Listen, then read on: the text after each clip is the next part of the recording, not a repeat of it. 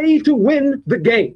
Yes, you do, Herm. Yes, you do. Welcome in. Welcome back to another episode of the Format Podcast, live Sunday evening edition. And as you can see by the thumbnail, man, we are going to talk some NBA today. And we got some NBA to talk, man. We have some NBA to talk.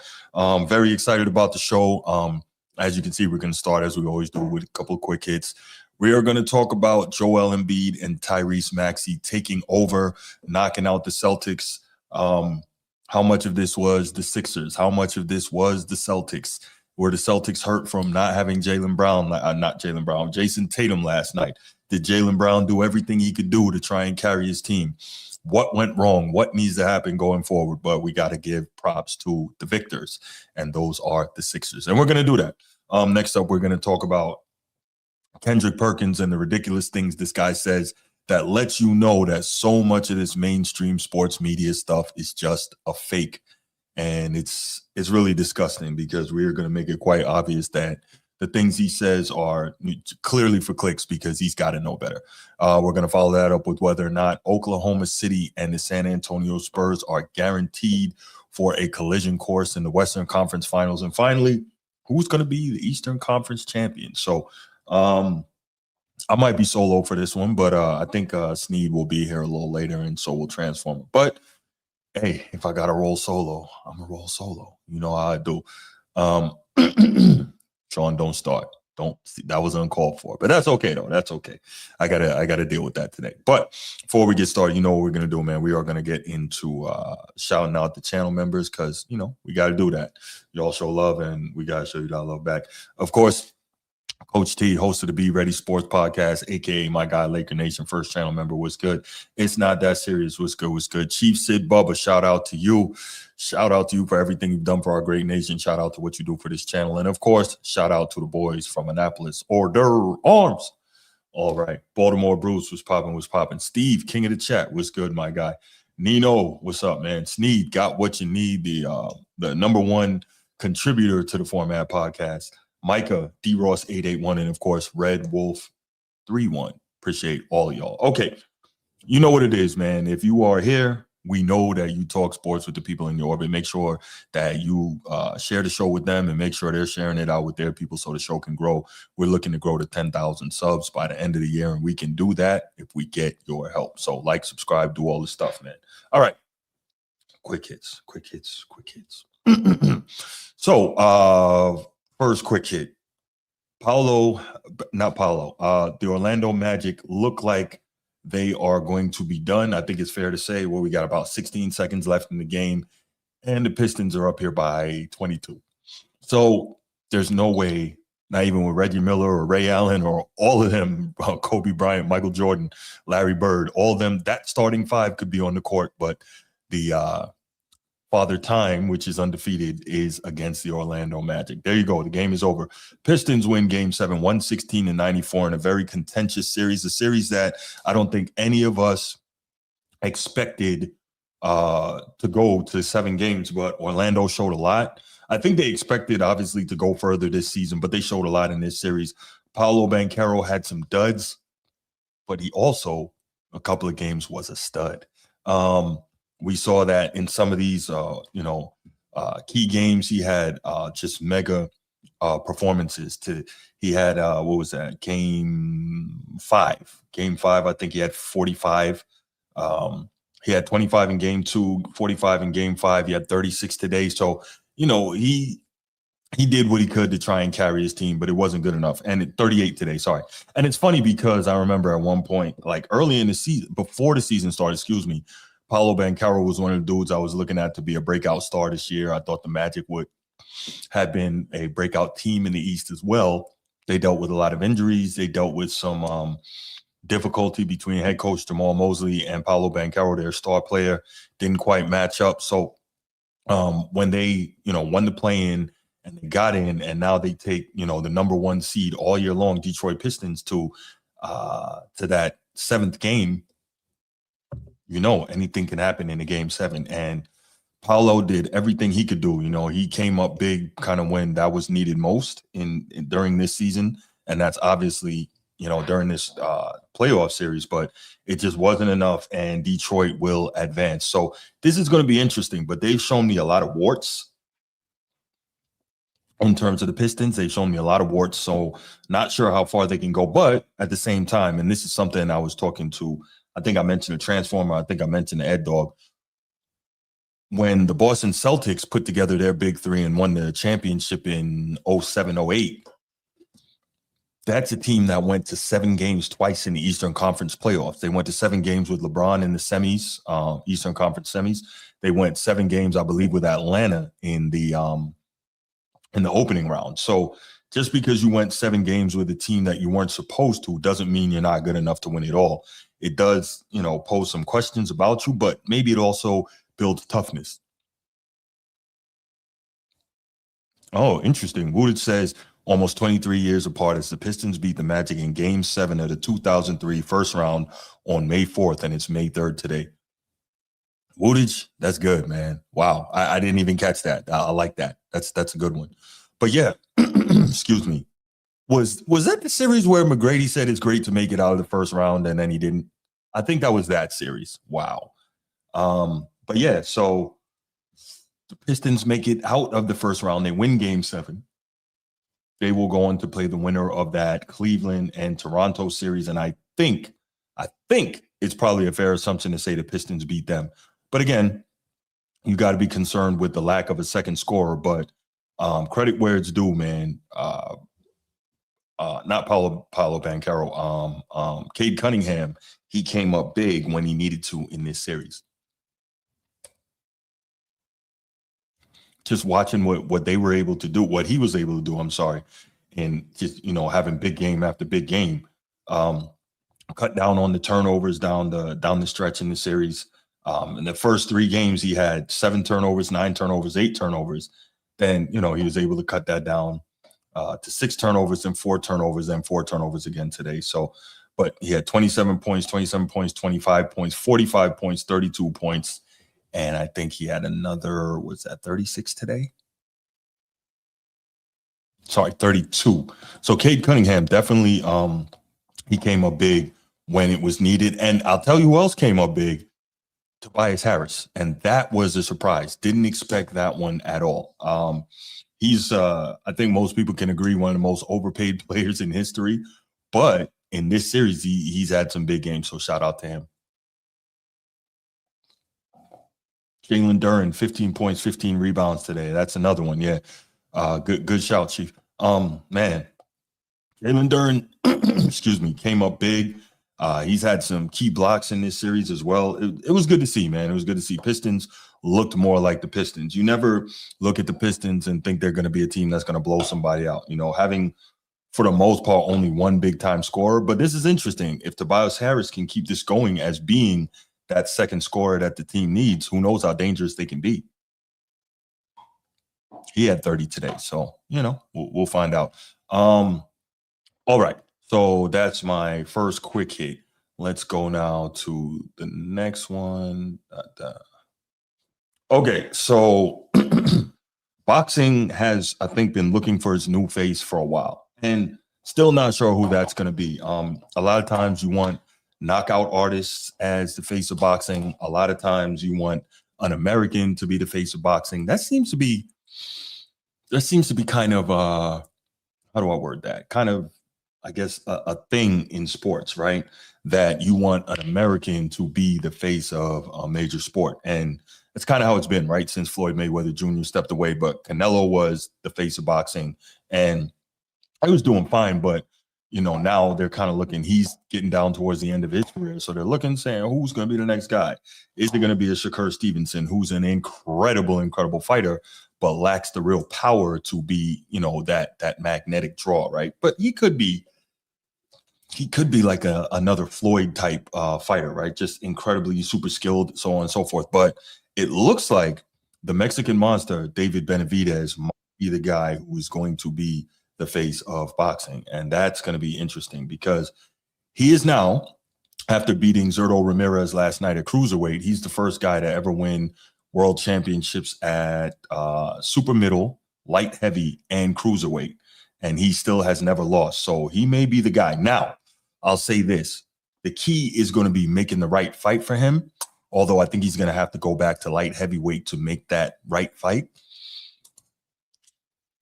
I would say if I had to choose somebody to line him up against, I would love to see him against Artur Beterbiev, who is kind of, he's a little older. He's on the older side of things, but I think that would make an incredible fight.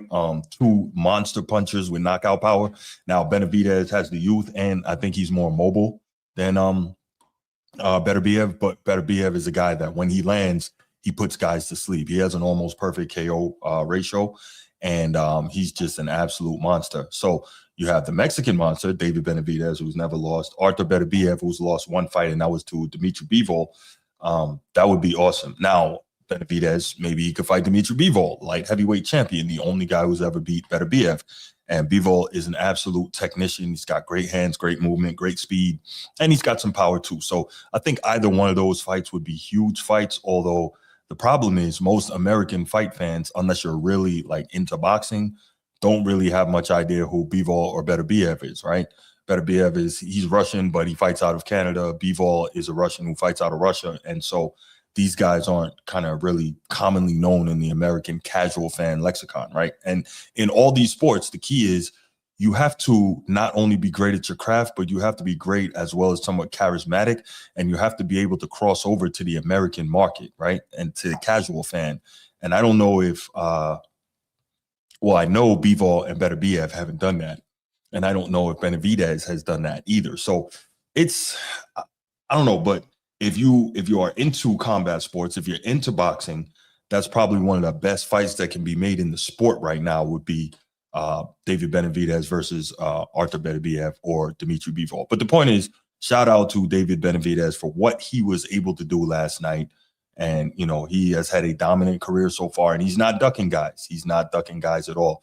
And remember, he wanted Canelo badly. He wanted to fight him, and Canelo ducked that. So if I'm Benavidez, you know, I think that ship has sailed. One, Canelo is past his prime, and if you beat him, people are going to say he's past his prime, and Canelo is probably not going to come up to 175 to fight you, and you just fought at 200. So if you're Benavidez, are you really, you know, going to weight drain back down to 175 to fight him? Yeah, I don't know, man. I don't know if I can see that. So again, if you like boxing, you like combat sports, those are great fights to watch, but I don't know if they have the draw for the mainstream sports fan. I do not know. So we'll find out. All right.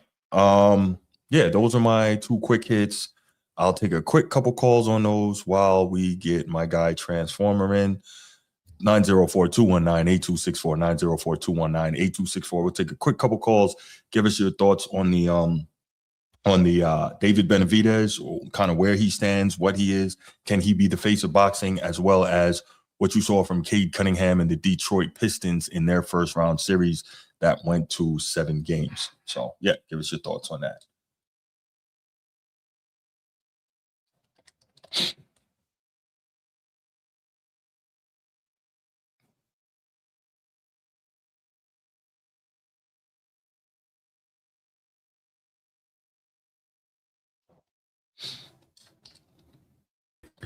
Well, I guess I'm not going to get an introduction.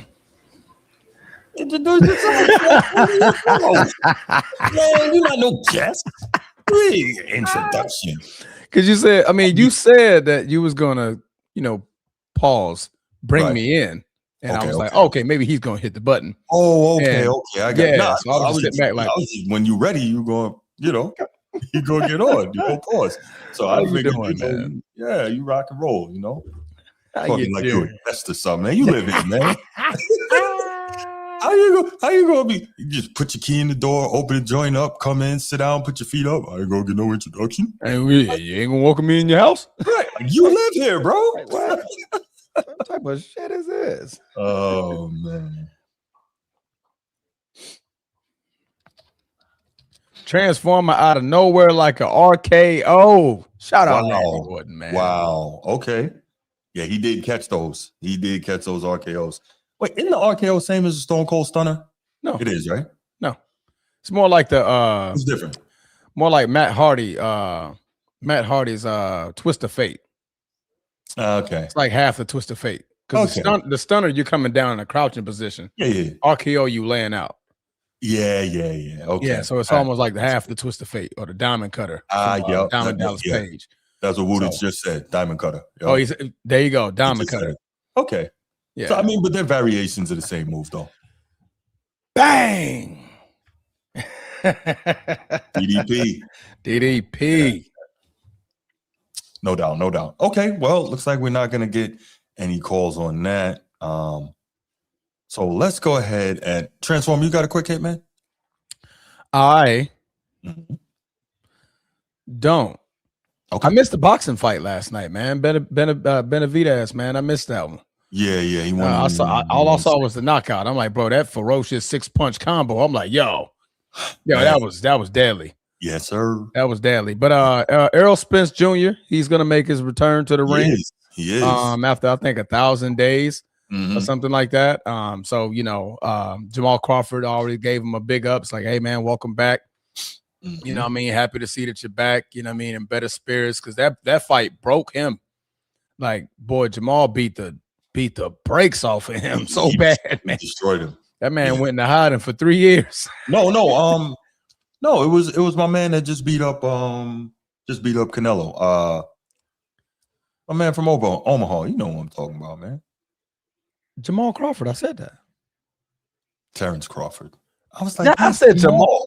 Damn, look at me thinking about basketball. I was like, who's Jamal? My bad. Hey, shout out Terrence Crawford, bro. Bud, my bad, Bud. Right, we gotta. If you catch this stream, bro, my bad. Don't come fight me, bro. I shoot. No. I ain't even going because he's a hell of a wrestler too. So I don't even have. What I was about to say. Yeah, you don't have a whole lot of options with that dude. Nah, bro. You know what I mean? What he walk around at like 170. I'm only a $185, $190, so I ain't doing nothing with Terrence. That dude is real. Bud Crawford, yeah, man. That's Jamal Crawford just rolled off the mind so easily, bro. It was he beat the brakes off of that man for real. He beat the brakes off of him. Yeah, for sure. You know what I mean? My man after the fight was just like, yeah, man, good fight. The weight cut got me and. Just a better fighter, man. I'm like, God dang, boy, he beat the dogs. He bodied that man. It was ugly. It was bad, man. It was bad, but no, I don't have a quick hit. Okay. Other than the fact that my guy 41 still doing it. Sure, for sure. All right, drop that quick hit. We don't have a topic, so go ahead. Just 41. You know what I mean? You see the hat. You know who I'm talking about, guys. I do. Yeah. Still doing it. You know what I mean? Yeah. He didn't have to, but he did.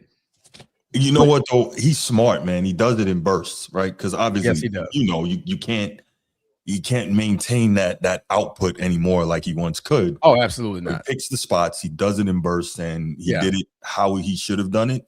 And got the job done. Impressive. No, absolutely. I mean, we don't have a Lakers topic, but let me dive a little bit more into it. Absolutely. Go ahead, brother. Kevin Durant. Some one of us got to have something to talk about here. Kevin Durant. Yes, sir. My man. It ain't looking good for you in Houston, bro. Find another place to lay your hat. It might be retirement. I saw some today. He said there's 3 teams that he might go to if he requests a trade.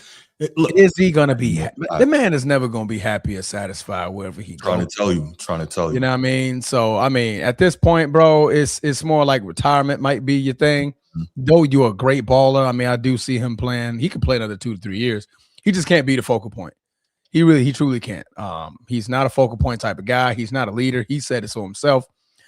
He can get you a bucket, though. But he has to be set up for it. So wherever he goes, hopefully he can get set up for that type of a point guard that can really set him up. Off the top of my head, I mean, Minnesota sounds like it'd be a good spot for him. Take the pressure off of Anthony Edwards. They get a solid point guard over there. Give me another one. You know what? What do you got to give up in Minnesota to get him? Is it worth it? You're gonna have to give up some of that young athletic. What is he on how many years he got left in his contract? 1, 2? He signed 2 when he went. He extended 2 years when he went with Denver. So probably gets 1 left. So it might be somewhere. You mean Houston? Houston, thank you. It might be somewhere where it might be just show up, try to sell out 1 year for a chip, and if it don't work out, he move on. Because we know dude is a nomad anyway. Yeah, I mean the whole burner account thing, man. It ruined it. It ruined it, man. I mean, honestly, I would like to see the Houston Rockets running back with a Fred VanVleet, with Steven Adams back. Right. You know what I mean? Those two are more important than people think and people realize. So you nailed that from when you said it at the beginning of the season, bro. Absolutely, man. I mean, he has to have a guy to set him up, a guy that can run your offense, that can run the point guard position. That's Fred VanVleet. Fred VanVleet. When it comes to Steven Adams, one of the best rebounders in the game. All these dudes mad old though. They are. Well, Fred VanVleet like 32. Injuries. Fred, I don't think Fred is that old. Yeah, but okay, he's not old in modern NBA terms, but he's old in pro athlete terms and coming off a major injury. I don't know. I mean, the fact that he'll have a whole year off. And you're not asking Fred to go out there and average 20. You're average somebody to be a facilitator. Right. So I think when you're more of a facilitator, you don't necessarily need a lot of athleticism to do something like that. Right. And as the year goes on, I mean, look at Jason Tatum. Look at these guys. I mean, these guys are coming back quicker and quick. I mean, not to point out just the injury portion, but you look at these guys because it was an ACL. I think for Fred it was ACL. Oh, was it his Achilles? Oh, I thought you were talking about Tatum. I'm sorry. No, Fred. I think it was where my ACL. mind is. Yes, Fred had an ACL. Yeah, so ACLs. I mean, those are fairly quicker to come back than an Achilles. So he'll be out for a full season, off season, like train workups. Not OTAs. Look at me thinking about football. I know, right? Preseason, and kind of slowly walking his way back into the league. So, I mean, I think that'll be beneficial. And if you keep Kevin Durant, you got a Reed Shepherd to then play the backup role like he should be playing. Jabari Smith. I mean, Jabari Parker. I mean, not Jabari Parker. I'm messing up people's names today. Smith. Yeah, Jabari Smith. Yeah, Jabari Smith Jr. You still the better team, bro? Jabari, you still the better team? They the better team, like the Celtics, the better team. At least the Celtics didn't get belt the ass at home. You're sure about that? They didn't get belt the ass last night, Bruce. It was a 5-point game. It wasn't B to A, but I mean, at least the Celtics had the nerve to respond. The whole second half, Houston was never in the game. Yeah. Never. I think the closest they got was like down 15. Other than that, like we went up like 26, 25. I mean, it got to the point we just started throwing oops. It was like, yeah, man, it's over. Having fun with it. Right. Having fun with it. But when it came to the Celtics, man, I mean, we're gonna get into that in a moment. But man, shout out to the Lakers, man. We're gonna get cooked in the second round. If we go 5, then that's a good start to next season. That's a good start to next season, man. We may or may not get Luka back around game 4, game 5. But I'm just happy to know that Celtics went home before the Lakers did. I was about to say, you got that, man. I go. Can I say anything? No, I mean you can't. It feels good. Thank you. It feels good. Hey, look, man. Good, You know me. I'm gonna sit up here and I'm gonna. I was about gonna be a pause. Yes. I'm going to sit up here and I'm going to deal with the results of that loss last night. I was about to, okay. Oh, you was about to take it. You was about to say that. Yeah. I feel like that's what you was about to say. I caught myself. I was just I'm just going to sit here and just take it. Take it all. Like, whoa. Everybody slow down. Transform, I call Cap. Are you telling us that the Lakers are probably going to get swept? No, I said 5. Gentlemen, gentlemen sweep. I mean, we just don't have the size, right. The size and the athleticism. These guys, I mean, you're gonna see size though. Transformer. I think they're gonna try to run you guys out of the gym. Honestly, yeah. But when I say size, I mean like from the 1, 2, and the 3. Okay. 1, 2, and 3. Those guys are bigger than Austin Reeves. Those guys are bigger than Luke Kennard. They're stronger. They're more physical. Especially when you're talking about Luke Dort, Caruso. Those guys are just physically stronger, physically more athletic. That's going to cause us problems. If you look at LeBron, he gets wore out as the series goes on. He has to pick his spots in spurts. And for the OKC, they don't need to have spurts. Them boys are young. Them boys all 27. They can run up and down that court. Then you got SGA, right, that you have to deal with. You have to tolerate that. Who's going to guard him? As far as I got, we're going to have Marcus Smart on him all game, which is going to get, it's going to get tiresome, man. I mean, we got older guys. I mean, you want to have Luka back in this situation, in this series that's going to be coming up, because he can go out there and give you 25 or 30 to at least give us a chance, right?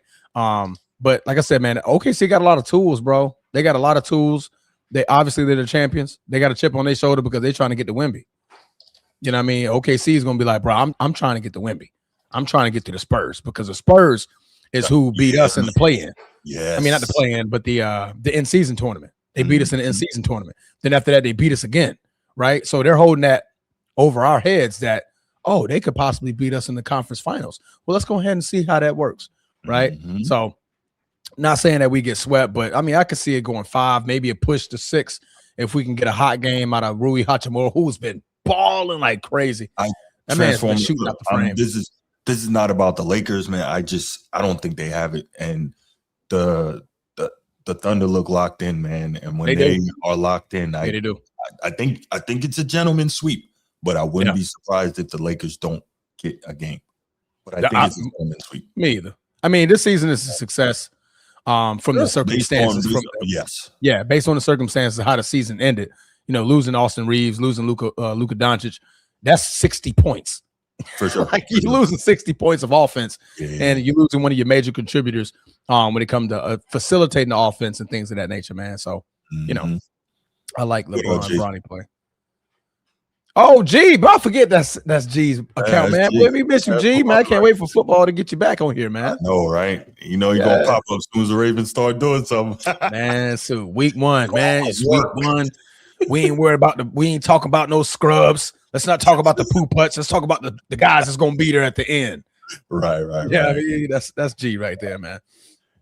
Let's go ahead and move on to topic 1, bro. Let's do it. All right, let's get it, man. Let's get it. Okay. All right, let's go, man. Look, so first thing I want to do here is, you guys know I'm the Celtics fan here, so I'm obviously seeing this thing.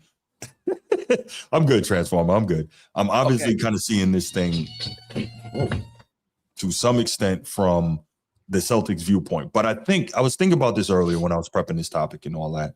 And I think a big part of this is, instead of looking at it as the Celtics gave it away, which to some extent they did, we also have to consider what Philadelphia did and give them credit for the way they fought back in this series. And so that's the first thing I want to do, right? Because you saw on the main thumbnail for this show, Embiid, Joel Embiid, because that's what he played like, and Tyrese Maxey, because that's what he played like too. And watching what those guys were able to do over the course of the series, especially when they were down 1-3, which is, super impressive here, man. I got to give shout out to them. I got to give props to them. Watching Embiid pretty much dominate the series was impressive, right? And it's so funny because, Transformer, remember, what was it, just a couple weeks ago, and I was like, I give up. I got nothing else to say about Embiid. I can't talk about Embiid no more. Embiid is my guy. Yeah, he's my guy. I believe that when he's healthy, which is almost never, he's the best big in the league, right? I truly believe. Well, maybe Wemby got something to say about that, right? But Embiid can. I think you just hit the mute.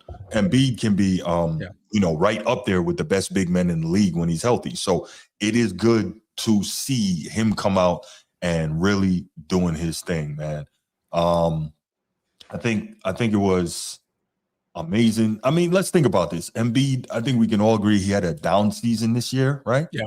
He averaged 27 a game this year on 49% shooting. Like, that's a down year. That tells you how good the guy is in this modern NBA, right? Moody says Sixers owed the Celtics this after 68 and 81. Absolutely, because it's been since, what was that, 81?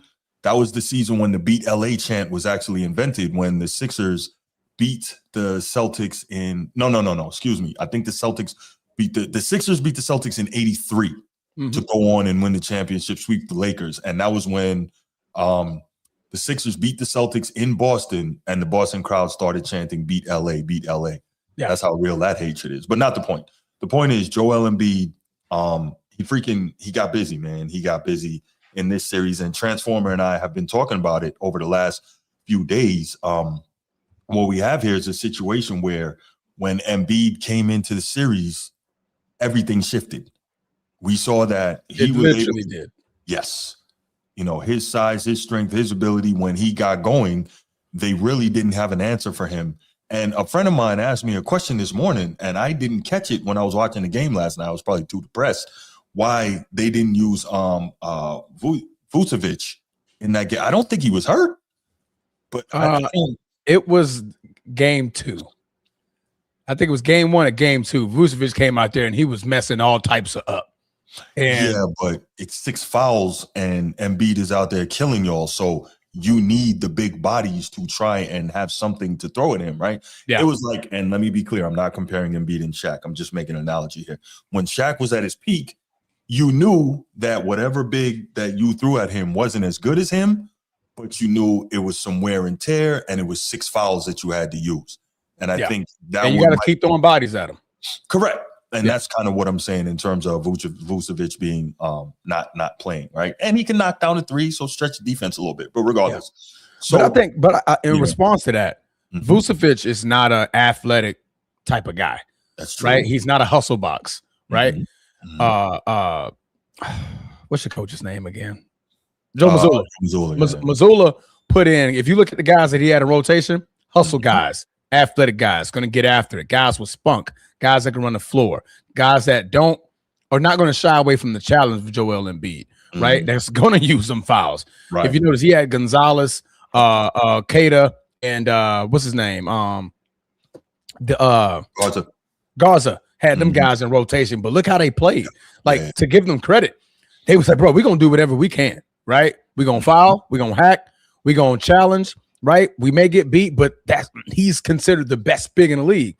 We're gonna do what we can, right? And in spurts, man, Keita was giving work back. He's offensive rebounds, tip backs, some crazy slams to the basket, couple blocks.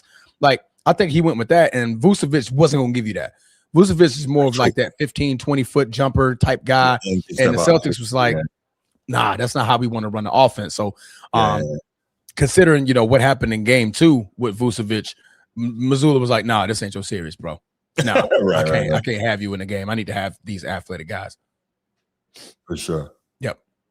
Yeah. So Embiid, he did his work in the series, just outstanding freaking series from him. Got to give him, all his credit. You know who gets a lot of credit from me too, based on what he did in this series, was it VJ Edgecombe. In the games that they won. So I had a crazy stat watching the game last night. In the games that the Sixers lost, Edgecombe did not make a 3. In the game, all he had to do for 17. All he had to do was make a 3 in the games they won. And the young fella made some big shots in clutch situations. So a lot of credit due to VJ Edgecombe, man. I like what I saw from the young fella. That was really good, man.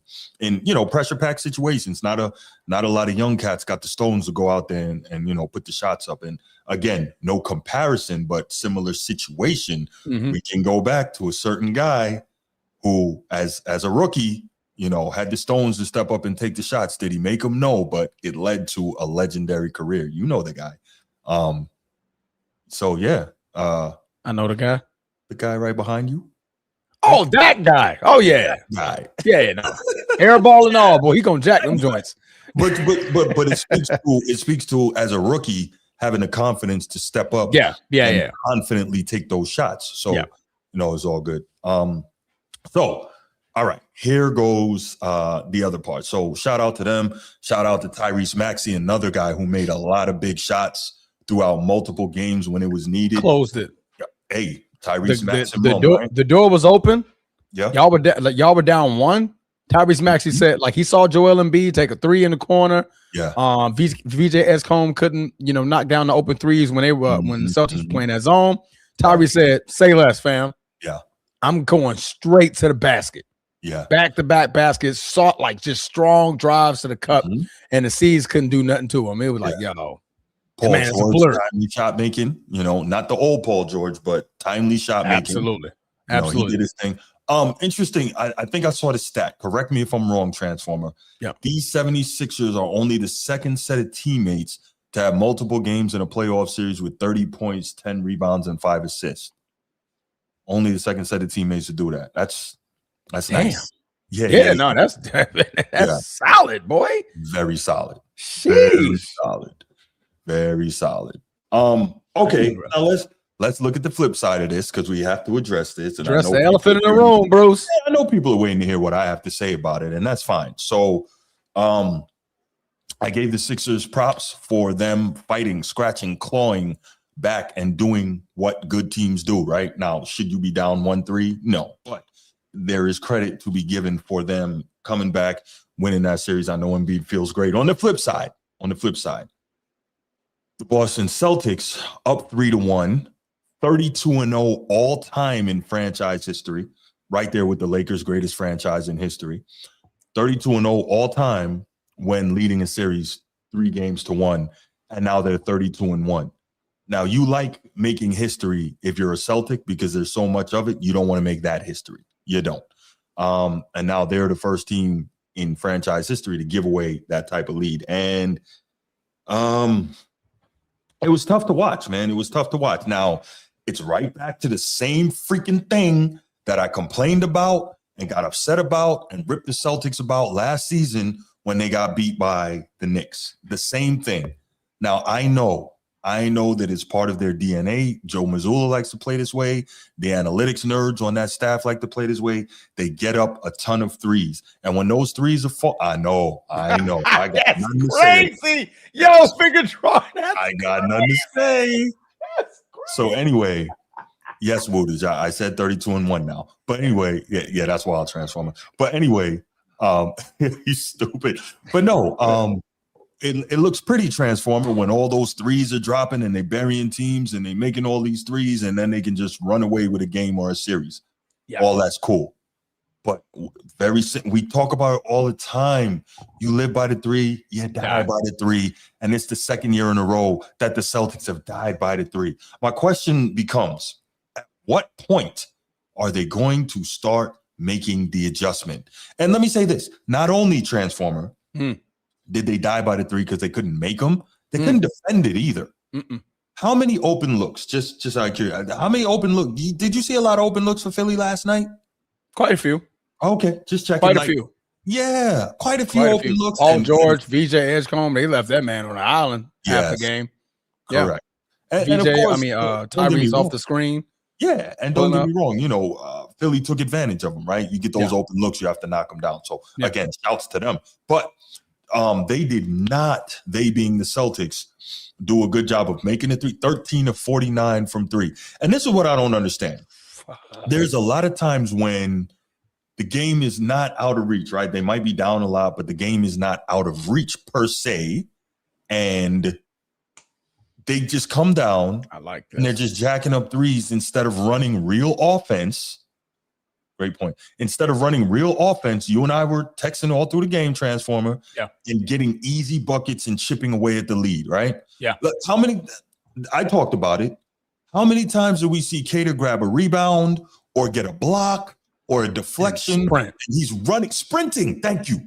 Sprinting. And he's got his arm up. Please, hit me. And they kick it out for another bad three instead of an easy score at the rim because he's out, because Embiid can't run the floor with him, right? Nope. Okay, just checking. So he's out in transition, running the break the way a big is supposed to, right? Yep. You got to reward that man. That man gets a block. Reward him. That man gets a rebound and gives it up to the guard, and he's sprinting out. Reward him. Let him finish it on the other end. It's an easy basket, and it continues to chip away at the lead. I don't understand this. Now we are seeing, even though now Joe Long says Mazzulla isn't good enough, he skated by with Tatum, White, Brown, and through the last 4 years. True. But being a champion will get you a lot of rope, ask Doc Rivers, right?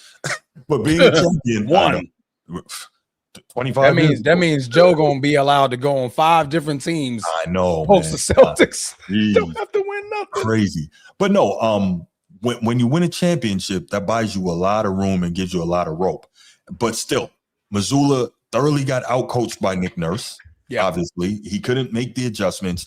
and they just kept bombing away with the threes. Like you lost 3 games in a row and you didn't make the adjustments. I don't understand this. Now, here's the crazy part. All right. You have a lot of people who are going to whine and complain, and you got some specifically, you know who they are, who are going to say, oh, they lost because Tatum wasn't there and Jaylen Brown couldn't close the casket, seal the deal. That's what they want to say. Jaylen Brown did all he could do last night, right? Now, I know when it's another guy whose team loses, it's real easy to say, well, he did everything he could do. What'd you expect, right? Can we get the same grace for Jaylen Brown? I know we won't, because for some people, for some reason, they think giving Jaylen Brown any credit is disrespect to Jason Tatum, which absurd. But regardless, not the point. Jaylen Brown did what he could do. Derek White, even though he shot poorly, 9 for 26 and 5 of 16 from 3, Derek White, he scored 26 points. So, he did what he could do. I mean, Kata, think about this. We just finished talking about Kata. 17 points last night, 7 of 8 from the field transformer. Yeah. Again, imagine if they'd have hit him on those 5 or 6 different outlets where he is sprinting the floor with his arm up, begging, hit me, right? Yeah. Like, Joe Mazzulla is really trying my patience. Joe Mazzulla, to me, should really be running out of time. And for real, he should be running out of time because why? They got new owners. That's not the same owners he want to chip with, right? He ain't paid none of them guys. Yeah, it's crazy. Let's see. Man Down Sports. Mel says, Brown and Tatum have gotten so good, they think they could play ISO ball for all their points. Same thing KD been doing. Yeah, that's true. That's true. The only thing I don't like is, as good as Jason Tatum is, as skilled as he is, Mel, he settles 12 for threes way too much. He is not, and I'm not just talking about now. It's easy to say that's okay now, coming off the Achilles. He may be not so confident in his explosion, although, we've seen him go to the rim a couple times, catch a couple booms or whatever. But he's been doing that for years. Like, he settles way too much for a guy that's as talented as he is. He settles a lot offensively, and it's bothersome to see that, right? Mm-hmm. So anyway, I do agree that Jaylen Brown does a lot of ISO work, and it's probably because his mid-range game is so tight, which is, in the modern NBA, as you know, there's not a lot of guys who are mid-range masters like that. So when you get someone who is, they're going to take advantage of it. And I'm sure that's also part of Mazzulla's scheme, right? Okay, when in doubt, Jaylen, take over, make something happen. But it's easier also to make something happen when you have a real system that creates the space that truly would allow Jaylen Brown to go one-on-one, right? Now, he's able with his skill set to go one-on-one and get baskets regardless. And that's why I wasn't concerned at all about the outcome of this game with Jason Tatum missing, right? Because we saw what Jaylen Brown was able to do all year in terms of carrying his team. So I wasn't concerned about that part of it. And that's not disrespect to Jason Tatum. It's just we saw what they were able to do without him. So it's like, why would you be worried that he's missing when they, all year long, they were in contention for the number 1 seed and ended up with the 2nd? When we all thought, I don't care who you are or what you say or how much you glaze Tatum, we all thought this was a throwaway year for the Celtics, right? This year made freaking Jaylen Brown into an MVP candidate. He's probably going to finish 3rd in MVP voting again, but probably 4th. But yeah, 4th. Yeah, I think it finished like 4th or 5th. Who you got? Wemby, Jokic, SGA. I got SGA, Wemby, Jaylen Brown, then Jokic. That's fair.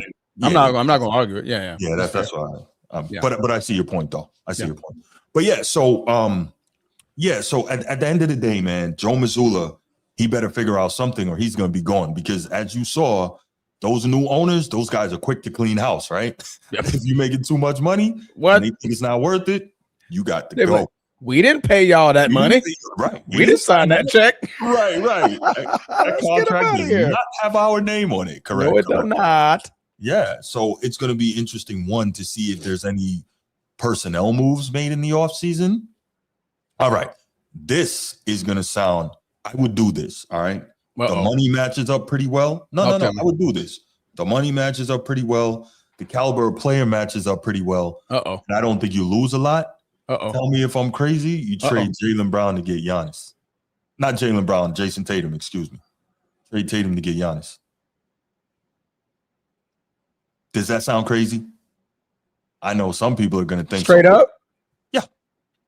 You might actually need, if you're Milwaukee, you probably got to throw in something else because that's a 72 mil a year. And Giannis get so 60 or something like that? Giannis has what, a $250 deal? $230? Oh, no, $250 deal? Yeah, that's crazy. Million. About 240 mil, right? Yeah, so I think he gets like 315. So damn, you might need a couple more contracts in there to make it work. But would you do that? So you have Derek White, Jaylen Brown, Giannis, Pritchard. I don't know. It don't feel right. Rebounding. I think they need a point guard. Okay. I would want a point guard with them. Okay. Yeah. I feel like that's a bunch of slashing. Work. For Tatum? Well, not necessarily for Tatum. Let's say you can work out a way to get a point guard. I want to make it clear. I'm not saying like I'm trying to trade Tatum away, but I'm trying to say for a guy that the reason I brought up Giannis is because we know what he brings. Both ends of the floor, blah, blah, blah. I'm trying to think of a guy, man. The Celtics, but to give him credit. Tatum. Oh my gosh. The Celtics, man. Mm-hmm. You think of that team, you want to find a tough, hard-nosed point guard that has the charisma, has the toughness, the defensive side of the football. Yeah. I could think none other than Jrue Holiday to come back. But last time he was there, he spent a lot of time hurt. Yeah, but it's hard to think of it because truly, there are really not a lot of point guards that are going to be available. No, other than Jrue Holiday, I can think of. Give me a young guy. Ooh. I don't know. That's a good question, bro. Give me time on that. I don't feel the Giannis one though. Okay. I don't see the Giannis one happening. I don't see it happening. I'm saying that would not be wishful something thinking. I would be against. Yeah, wishful thinking. Yeah. Yeah. I don't see the fit. Figure drawing says no to Giannis. He's a walking injury waiting to happen. Also, when the play. So we just watched Tatum get hurt, coming off of an Achilles, coming back too soon, and then get hurt again. And you're talking about Giannis being okay. All right. Yeah. Anyway, again, let me make it clear. I'm not saying a known MVP. Right. By the way. Right. Yeah. Right. I'm not finals MVP. I'm not trying to say that I'm trying to get rid of Tatum. That's not what I'm saying. Yeah. I'm saying if you see something that could possibly be the spark to get the Celtics back over the top for another chip, because it's only going to be but so long before the damn Lakers catch up again, and we can't have that. We only down one. I know. And we've been clawing away since the early 60s. Yes, y'all got them freaking got that 11 on us. Like, God damn, you had a hell of a head start. It took us a while to catch up, man. That's true. But you're right there, though. You're right there. Right here. Yeah, for sure. You can smell it.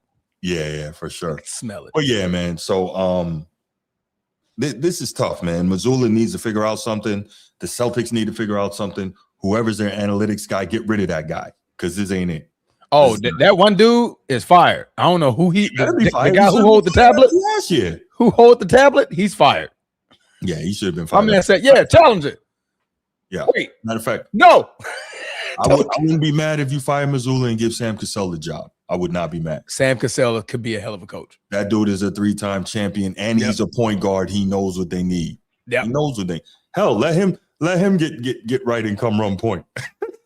That boy get ran out the gym. Get ran out the gym. Oh man, come get me. Maybe on defense. He can run it nice and slow on offense. Well, yeah. But no. I feel, all right. Let's go ahead and open up the phone lines, man. Well, before we do that, somebody wants to join the show. Oh my gosh. Somebody. Now they want to join the show. I've been told. Amazing how cowards work. Wow. Okay. I've been told that this person wants to talk to you. Mm-hmm. So he wants to join the show. He has to have a camera on. Look, man, have a camera on. I don't duck so nothing. Apparently, I can get this out. So I'll get this out the way. Apparently, you harassed this person when the Denver Nuggets got eliminated. I did. Oh, so it's right. It's rightful passion. Oh my God.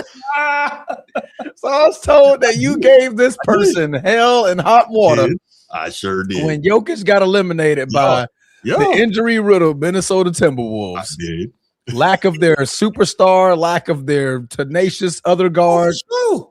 And you gave him the business. I did. And so he couldn't wait. My brother was quiet all game. He was like, I'm just going to sit back and I'm just going to watch the game. My man had nothing to say. I saw. At the moment that buzzard hit 0, that man said, oh, B, send me the link tomorrow. I can't wait. I can't wait. So here he is, everybody. My brother, Edward. Well, I'm not going to say your whole government name. That's disrespectful. But Eddie, here you go, baby. Oh, my goodness. Ed Dog, what's going on, buddy? My man over there rubbing his hands. Birdman hand rub. Super villain. Like, what are we doing? Hello, fellas. How you doing, brother? Doing good. Transformer. We finna knock some crap off right now. Are we? Yeah. Okay. Because that guy right there. Hold on. No. Hold on. I got something before you go. No, you can't do that, Bruce. You can't do that. No, he's gonna talk. Bruce. So I want to let him talk without interruption. So I just want to. You can't do that. You can't do the meme, bro. You can't do it. Can't do that. I thought that's what you was doing. No, because he can't do that. He can't do that. All right, go ahead. You talk, and then I'll okay, go ahead. So, Bruce, I see you. Did you address the 3-point shooting y'all was doing in Game 7? You didn't. No, I just got here. You know, I mean, hey, I didn't see it. Did you address that? He did. Okay. I'll be the middleman here, like I'm always doing. Cool. Did you address when somebody said in December that I'm one of the best two-way players in the league? He played like it. I didn't. Did he play like a Game 7? Yes. Yeah. 33 points, 3 blocks. Yeah. Yeah, but even had the nerve to challenge Joel Embiid on defense. Yeah, and Joel Embiid was cooking him. He was cooking them. I mean, he's but you know, I mean, it was a good back and forth though. But my problem is the point I'm making is this right here. I was staying quiet. I was not gonna bother this man. But when somebody who shall not be named in this segment, because he did bring him up in this segment. Yeah, appreciate that, Paul. Anyway, man, Anyway, he kept texting me about him and all that kind of crap. I didn't bother him. I didn't text you during the game.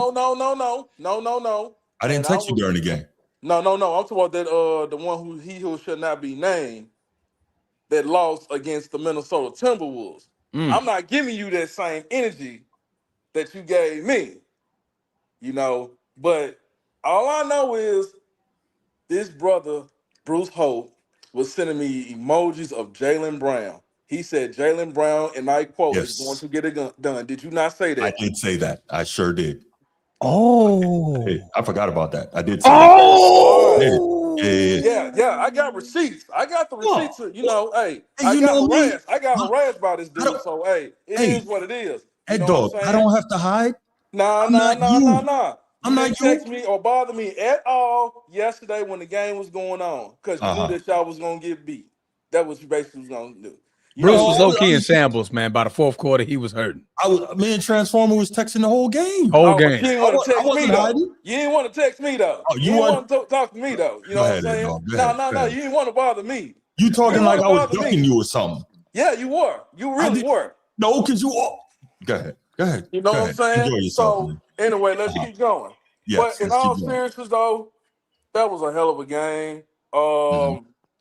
Man. Was it, though? I thought it was. Yeah, it really was. You know, I mean, even though Peyton, because like, man, dude, y'all gotta. Then I heard what you said. Sam Cassell should be the coach. That would be a nice one too. I think. You know what I mean? But I will say this though. You're gonna knock this crap off about you trading Jason Tatum for Giannis. You do realize that you're gonna have to bring his brothers alongside with him too, right? Oh, that'll make the trade work. There goes the money. See what I'm saying? This dude right here gonna post this crap, man. It's so corny and lame. I just said something about that. I ain't even glazing him right now.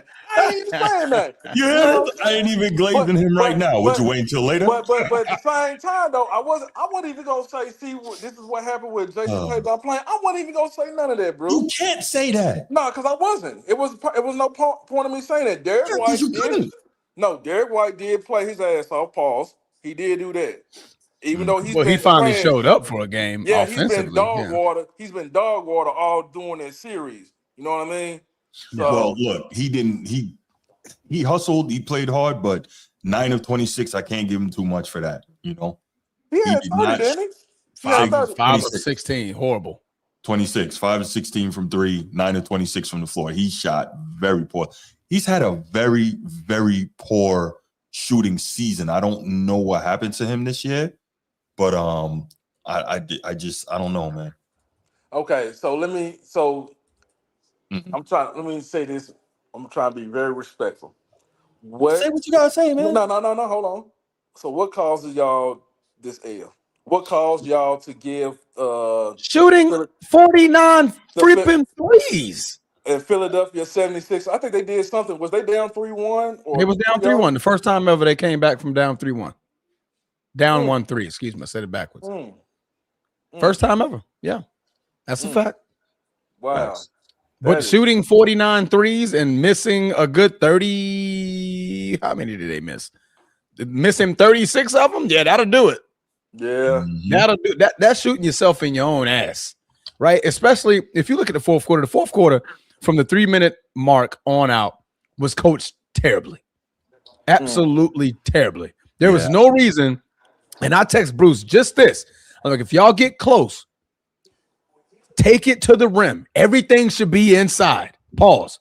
Everything should be a slash to the basket. Jaylen Brown off the 15-footer, 20-footer. Take it to the rim. Take it to Joel Embiid. Joel Embiid just banged his knee twice. He hurt his knee twice in the same 5-minute time span. Everybody should have been attacking the basket. But instead, as soon as I said that, transition fast break, they taking threes. 3-on-2 action, you're taking threes. Swing. We're taking threes. Pritchard, 3. Derek White, 3. Why are we shooting threes? You're down 1. They missed back-to-back possessions. In the meantime, Philly was missing back-to-back possession. I believe Joel Embiid shot a 3, missed it. VJ Edgecombe missed 2 threes back-to-back. It was still 98-99. Sixers was up. What happened when Tyrese Maxey got the ball? He said, say less. I'm taking it straight to the rim. And let's be real. Let's be honest. Jaylen Brown did not have no answer for him. Nobody had an answer for him. No, I'm talking about Jaylen Brown. I'm talking to that dude right there. Okay, Jaylen Brown didn't have an answer for who? For Embiid? Is that what you're saying? No, he didn't have an answer for Tyrese Maxey. That's what I'm saying. He wasn't the primary defender. No, but listen, I'm not making any excuses. Tyrese Maxey went off. That's what you saw when I put maximum on the thumbnail. He went off. VJ, I know, right? VJ Edgecombe had a great series in the games that they won. He did. The fearless young rook made big shots. You've been talking about him all year, Ed Dog. Gotta give you credit for that. He made huge shots. He stepped up. So what I want to say is this, right? Like, I know you don't believe that Jaylen Brown should be among the best two-way players in the league, and that's fine. But is he supposed to defend everybody? No. Hold on. On one possession, he's supposed to be trying to D up Embiid in the high post. On another possession, he's supposed to be dealing with Edgecombe on the wing. On another one, he's supposed to be locking up Max. Help me here. I'm asking. Hold on. I'm not even finished. I'm asking you, what is he supposed to do? Correction. Hold on. What could he do to impress you? Because I know what you're about. So let me ask you that. I mean, one of the guys that was out, he could at least got other people involved, but instead he wants to just hog up and take all the shots. But regardless, so he's the primary scorer. Who did you want to take the shots, though, Sean? I mean, I'm just saying that.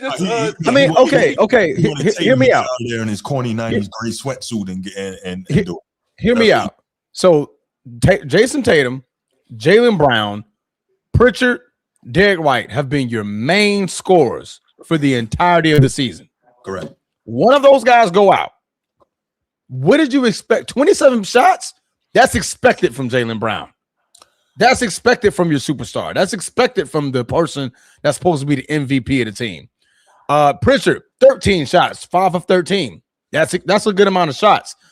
Derek White, the other supposed to be scorer on that team, took 26 shots. 26. That's a lot of shots, right? Name me anybody else that's supposed to score. Well, I'm only in a half court. I'm only saying that for the reason. So the superstar should get most of the blame for the you know what I'm saying? Yeah, you know who I'm talking about, Bruce. Yeah, I see you grin. But honestly, but Blame, Bruce, yes or no? But Eddie, before we get there, he deserved that blame, right? But before we get there, okay. Jason Tatum deserves the blame too. I'm talking to him though. Does Jason Tatum not deserve blame? Does Jason Tatum not deserve blame? Not as much blame as Jaylen Brown does. He absolutely does. Why is that? Because they were up 3-1. Okay. And he was Jason Tatum played 2 of those games. But what happened? Jaylen Brown deserved majority of the blame. You can put how does he get majority of the blame? You can put that up there all you want to, Bruce. That don't mean nothing. You agree with me already. How do you get majority of the blame? Ed Dog, I'm not going to move the goalpost now. You're not going to catch me doing that. I agree. Same way I told you that with Joker. It's the same way it's got to be with Jaylen Brown. I'm fine with that. Cool. Fine with that. Cool. Yeah. Cool. We good. We biscuits and gravy. No doubt. And gravy. Well, I don't need biscuits and gravy, so yeah, me either. That's never been my thing. It's the southern slang. That's all that is. Yeah, you know what I'm saying? That's all that is. No, but here's the question though, Ed Dog. Do you have a problem with Derek White taking 26 shots yesterday? I mean, hey, I haven't heard you complain about it yet. I'll say this here. I don't know what it is when he gets. I got a problem with the 16 threes. He's like that. You know what I mean? He's like that. But really, no. Do you have a problem with him taking 26 shots?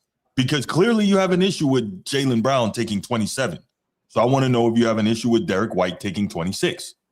Well, your second best scorer was out. He got to do that, don't he? So what do you think? So Jaylen's supposed to shoot the ball 27 times. Exactly. You just made the point. Transformer, you know what this is? What is it, Bruce? What is it, Bruce? Come on, man. What is it? It's this, Ed Dog. It's this. We know what it is with you, man. Okay. We know. So Joel Embiid took 26 shots. If Tyrese Maxey doesn't play in his game, you want to know how many shots the Joel Embiid is going to take? 50. He's going to take 30-something shots. And also, wait a minute. Let's give credit to Paul George. Paul George did play his PG-13, had 13 right on time. Yeah. 10 shots he took. But no, we gave him his credit earlier. Yep. We did. Yeah, he did. He deserves some credit for this year, But anyway, to be honest with you, man, well, I think that's going to be on the last topic. You saying the Eastern Conference, that's for this season, right? Yeah, for this season. Okay. I'm going to save it away. Who we see winning the Eastern Conference. Yeah, I'm going to save it and wait. I'm going to save my take on that, bro. But anyway, man, I appreciate it. You gonna hang around for the rest of the show? I'm going to hang around. What's up? All right, stay with us then. We're going to go ahead, rock with us the rest of the way, man. Go ahead, bro. Go ahead. All right, bet. So yeah, man. Hey, Ed Dog was right. I can't say anything. Jaylen Brown could not close the casket and seal the deal. He did what he could, but it wasn't enough. So he's got to get the bulk of the blame. Because I said the same thing for Jokic. Ed Dog is right. I'm out here. I'm saying it. Ed Dog was cooking. And this is just another end of season that I have to freaking be pissed off about the Celtics not playing better than the way they played and getting sent home at a time they shouldn't have. So shout out Philly, shout out Ed Dog. I got nothing to say, man. Yeah, you didn't, because you didn't say nothing. You didn't say nothing at all yesterday. I didn't bother you. Hey, what can I say? I was talking about he went straight to sleep too. Oh, I did. He went straight to sleep. Transformer hit me last night. He's like, "You want to go live?" I was like, "No, I can't." He went straight to sleep. That's like I got nothing, bro. I couldn't. I would have heard Miles on here. It was about to be smoke in the city. Yeah, rightfully so. Oh, so check this. This is something I wanted to I'm not even going to play it. I sent this to Ed Dog earlier. Did you hear what Tyrese Maxey said post-game? About VJ? When they asked him about Game 7, and he said, when we found out Tatum wasn't going to play, he thought it was going to be tougher. A harder game. Yeah. It was going to be tougher. Yeah. Now, why would he say that, Ed Dog? Why do you think he would say that? That it would be more difficult if the so-called best player is out. When do you hear anyone saying something like that? Unless he doesn't actually think Tatum's the best player. I don't know. So we also heard about what No, I didn't ask you what we also heard about. I'm asking you why he said that about the Celtics being tougher when Tatum isn't there. I don't know why he's saying it. He's just saying it just to edge on. But we also heard Peyton Pritchard said something about that. We did not, about Joel Embiid too, though. I didn't ask anything about that. Oh, you didn't hear nothing about that, did you? No, I didn't ask anything about that. I'll make sure you would hear something about that because he was talking greasy too about Joel Embiid. You mean Jaylen Brown? No, Jaylen Brown said that. No, Peyton Pritchard. Jaylen Brown said he said that earlier in the season. Huh? He said, I mean, he wasn't being disrespectful, but he said he feels like the Sixers are better without Joel Embiid because I remember that. Yeah. All that stuff. Jaylen Brown said that. I remember that. Not important. We talking about Tatum. Yeah, I know. That's what you want to do. Yeah, I know. Anyway. Yes. All right. Let's open up these phone lines, man. I saw a Nino call. I saw a Bruce call. So let's get these calls popping, y'all. We're ready. We wasn't ignoring the phone lines, but we need this was Eddie's time to shine. Yes. This was Eddie's time to shine. Y'all know the beef back and forth. It was his time to get on the show, and it was his time to get his due and get his credit because he said this was going to happen, and he was right, and I was wrong. So I had to sit here and transform me. You know me. I don't have no problem if I'm wrong. I'm gonna say it. I mean, because I'm disappointed on how they went out. But then again, it's the Celtics, so I'm kind of happy. Yeah, I get it. I get it. Nino, what's good, brother? What's going on, man? Transformer really, I guess he's seen what I've seen and touched on. Talk to me. And I've been making this point lately because I watch a lot of old games, as you know. I don't think, and I think the reason we can't see the overall talent of players, and I think even the reason why they said that about Tatum is I'm blaming it on coaching and analytics. Because why else? I think they think they stop players so good. Everything is isolation and threes. Because I was thinking the same thing. They got back in the game on driving, and Brown was getting the call. Back in the day, I ain't gonna sound like y'all, but man, I was seeing the same thing Transformer said. Like, the coaches is supposed to express it. Like, man, get to the cup. Yes. Get to the hole. Yes. Like, put pressure on and make them call the foul. If you live with that, but yes, the threes y'all was shooting from half court, I'm like, yeah, right. Hey, and I see it. Go ahead. No, I was gonna ask you, Nino. Obviously, you watched the game. Did you see what Transformer and I were talking about when Cater would make a play and sprint down court with his arm up, and they wouldn't give him the ball to finish the play? They wouldn't reward the big man. Does that bother you as much as it bothers me? It bothers me. I was just telling Mel about if you got JJ Redick, for example, and he's on the 3-point line. Steph Curry, he on the fast break and they run to the 3-point line. Yes, but anybody else? Nah, hell with that. No, I want the easy one. Yeah, I mean, I do too, but I'll say it's more understandable. Some of these stuff ain't even understandable, though. Not at all, Nino. Not at all, man. Like, so, and then, just by coming up, the game don't change. If you give a big man 2 touches, just give it to him a few. He gonna play defense also. He gonna hustle. Right, for sure. So I'm like, man, I'm thinking it's a coaching problem mixed with the players, like. Because I think that's why we ain't really seeing the talent, because the coaching is subpar. And I agree with you in Transformer, because I think the same thing Transformer saying. And that's all I want to do. No doubt. Put my point in on it. No doubt. Man, I appreciate the call, Nino. Thank you, I'm tuned in. Yeah, I'll tell you about it later. I'm disappointed if the topic ain't up there. Okay. Yeah. Let me know, man. Let me know. You know what topic he talking about. You know what topic he talking about. You know what topic he's talking about. No. Exactly what topic he talking about. And listen, that's why I not let you. That's why, you came up and you cooked on, on that with the quick hit. But I feel you. I was just like, you know how LeBron can kind of hijack a show. You know what I'm saying? And I want some people to see and realize that everything we do doesn't have to be about LeBron. What up, Bruce? Hey, hold on. My Memphis, hold on, man. Y'all hear me? Yeah, we can. Yeah. My Memphis cousin live, my man Eddie, my mother cousin, man, my cousin, man. Hey, how you doing, Bryant? First of all, how you doing, Bryant? Damn, how you doing, Eddie? Bryant? Well, I mean, how you doing, What's poppin', bro? Yeah, well, never call me Bryant. What's going on? What's going on? Bruce, it was a glorious day last night when y'all lost because y'all damn eyesore to watch play. Hey, let me say this, Bruce. Joe Mazzulla, he needs to go. Sam Castelli to take the reins of that team because they keep this 3-point shit, 14 for 49 shit is not going to work again. Okay, hold on 1 second, Bruce. Hold on 1 second. Transformer, do you remember Transformer? About 10 minutes ago, we said. I heard you say that, brother. I heard you. Okay, Bruce, let Baltimore Bruce cook, bro. Don't cut him off. Just rub it in there. That's all. Let him go. Let him keep going. Keep going, sir. Keep going. That 3-point philosophy shit not going to work no more. You can't win championships the same way, bro. They got to change somehow. They keep jacking up threes. It's been 4 years, 3 years since y'all won with the same philosophy. Hey, let me say this about y'all let a one-wheel Joel Embiid knock y'all off, man. Joel Embiid came back like Willis Reed in 75 with the broken ankle, brother. 73, man. But go ahead. Oh, 73. It's a damn shame, brother. It's a damn shame. Hey, listen, anybody but Jaylen Brown.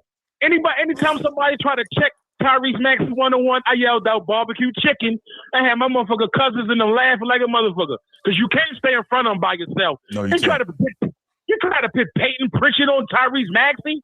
The other white guys, the other two white guys can't check him. So hold on a second, Bruce. You are right. Let me say that first. You're right. The only thing I'll say is, and this is what I was trying to tell Ed Dog. At that point, Jaylen Brown, clearly he's the best perimeter defender on the team. Yeah, but you want to have him defend Embiid on one possession and Edgecombe on another and Maxey on it. You can't defend everybody. So I get it. I get you. I don't even believe Jaylen Brown could check Maxey 1-on-1. I agree. That guy is Allen Iverson fast. He's Barbosa. Yeah, Barbosa, that's good. Yeah, for sure. He's that quick. Yeah, nobody check the 1-on-1, brother. You're going to have to trap him. I agree. You're going to have to. You got a tough young sidekick and VJ Edgecombe. You got guys Oubre. But shout out to legacy game Joel Embiid, brother. He helped this. All the criticism he get, let's give him his flowers for what he did last night. Banged up, man. Basically playing on one wheel. Imagine if the injury bug in the basketball gods was on Embiid's side. The numbers and possibly the championships he might have in Philly already. Somebody told me God is not going to give you everything. Not going to give you everything. So, and I'm so Bruce, Boston boy. Let me hold on. No. I totally get you. But before you go on, let me ask you. You think if Embiid was healthy, like completely healthy, do you think they would still be saying Jokic is the best big in the league? Oh, no. Okay, just checking. Joel Embiid clearly is the best big man in the league. If he was 100% healthy, no knee issues. Okay, just checking. And the basketball gods was on his side. Right. For sure. He would have had a ring by now for sure. He can't stay healthy. Hey, shout out to Playoff P. He didn't have a big game, but he made those important shots that he usually makes. Shots. Hey, I want to say this. Philly is scary, man. If he could get. I was going to say that, Baltimore Bruce, I was going to say that for that last topic, too. I was, too. Yeah. Always jumping the gun, man. They're dangerous. Hey, if Embiid can stay somewhat healthy for the rest of the playoffs, I won't be surprised if they come out of the East. I wouldn't be surprised. Because, man, Philadelphia playing with, how can I say, the Philadelphia grit they need to play with. That Philly grit, that East Coast grit. Yeah. Yes, they're playing with that. They're playing like, they smell a hurt dog. If they smell a hurt dog and they play like that for the rest of this playoff, playing tough like that, with Embiid playing with one will, basically still giving you those big numbers, that's impressive, man. He played hard, man, yesterday, man. He showed me a lot, man. I was very impressed. Even though his career has been unstellar because of his injuries. But like I was saying, every time somebody got in front of Tyrese Maxey, yo, though, barbecue chicken. Every time. Yeah, go ahead. Baltimore Bruce, I got a question for you and of course for Transformer and Bruce. So the next series they playing is the Knicks. Do you see Joel? Because I remember Joel versus Cat. Joel always gave Cat problems. He'd kill him. But the Knicks have more bodies to throw at Joel. They're not going to put Cat on him. They're going to put Mitchell Robinson on him. Mm-hmm. Yeah. Mitchell Robinson is a bigger guy, stronger, more physical. Mitchell Robinson is definitely taking on that assignment. So with that being said, we saying the Knicks are going to win this next round. I have the Knicks. Man, I want to pick Philly, not even just because they beat the Celtics. I want to pick them because the way they're playing, but we cannot count on Embiid's health. That's you always think like it's only a matter of time. He had some scary plays last night when he got his knees ran into everything. So let me say this, and I'm gonna land the plane, my brothers.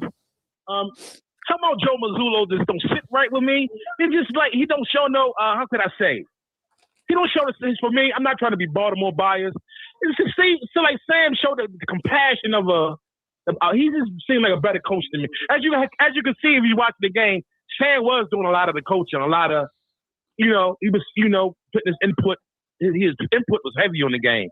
But I'm pretty sure if Sam Cassell was the coach there, the philosophy much different. It'll be a little bit more, get the buckets where you can. I've seen times where the Celtics had a 1-on-3 break, a 3-on-1 break, and they had some of the guys running to the rim. Everybody running to the 3-point line. What is going on? You got an unfair. One time I see motherfucker get 4-on-1. Everybody runs to the 3-point line. What doesn't happen to basketball, man? As far as like the Celtics, that philosophy got to end with the Celtics, or else they're not going to win another chip no time soon. I think they should move on from Jason. One of them got to go. I'd love to see Giannis in Boston, but I know that never happened. But that Mazzulla time, his time is ticking. You got a short leash. Other than that, let me hit your boys back. All right, man. Appreciate the call, bro. All right, bro.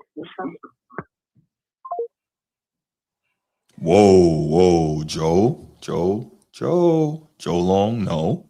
I mean, now shout out to Maxey, but no.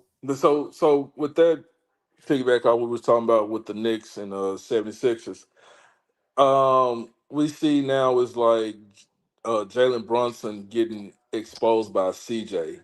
He couldn't, stick, in the crouch pause with him. So Tyrese Maxey can, do the same as well when it comes to Jalen Brunson, So, then y'all said with Mitchell Robinson and Joel Embiid gonna stay. I mean, yeah, but who? But Cat. I don't know, man. That's gonna be a good series, though. I think that's gonna be a real good series. So here's my thing, right? If I'm Nick Nurse, Mitchell Robinson's gonna defend Joel on defense. Let Joel defend Cat on offense. Cat's not going to the block banging. He wants to hang out and shoot threes. That's better for Joel, right? Who's going to guard Robinson? Paul George, 6'10", 6'11". Listen, is Mitchell Robinson a real threat to be a scorer down there? But they're not getting no rebounding if Paul George is going to be guarding him.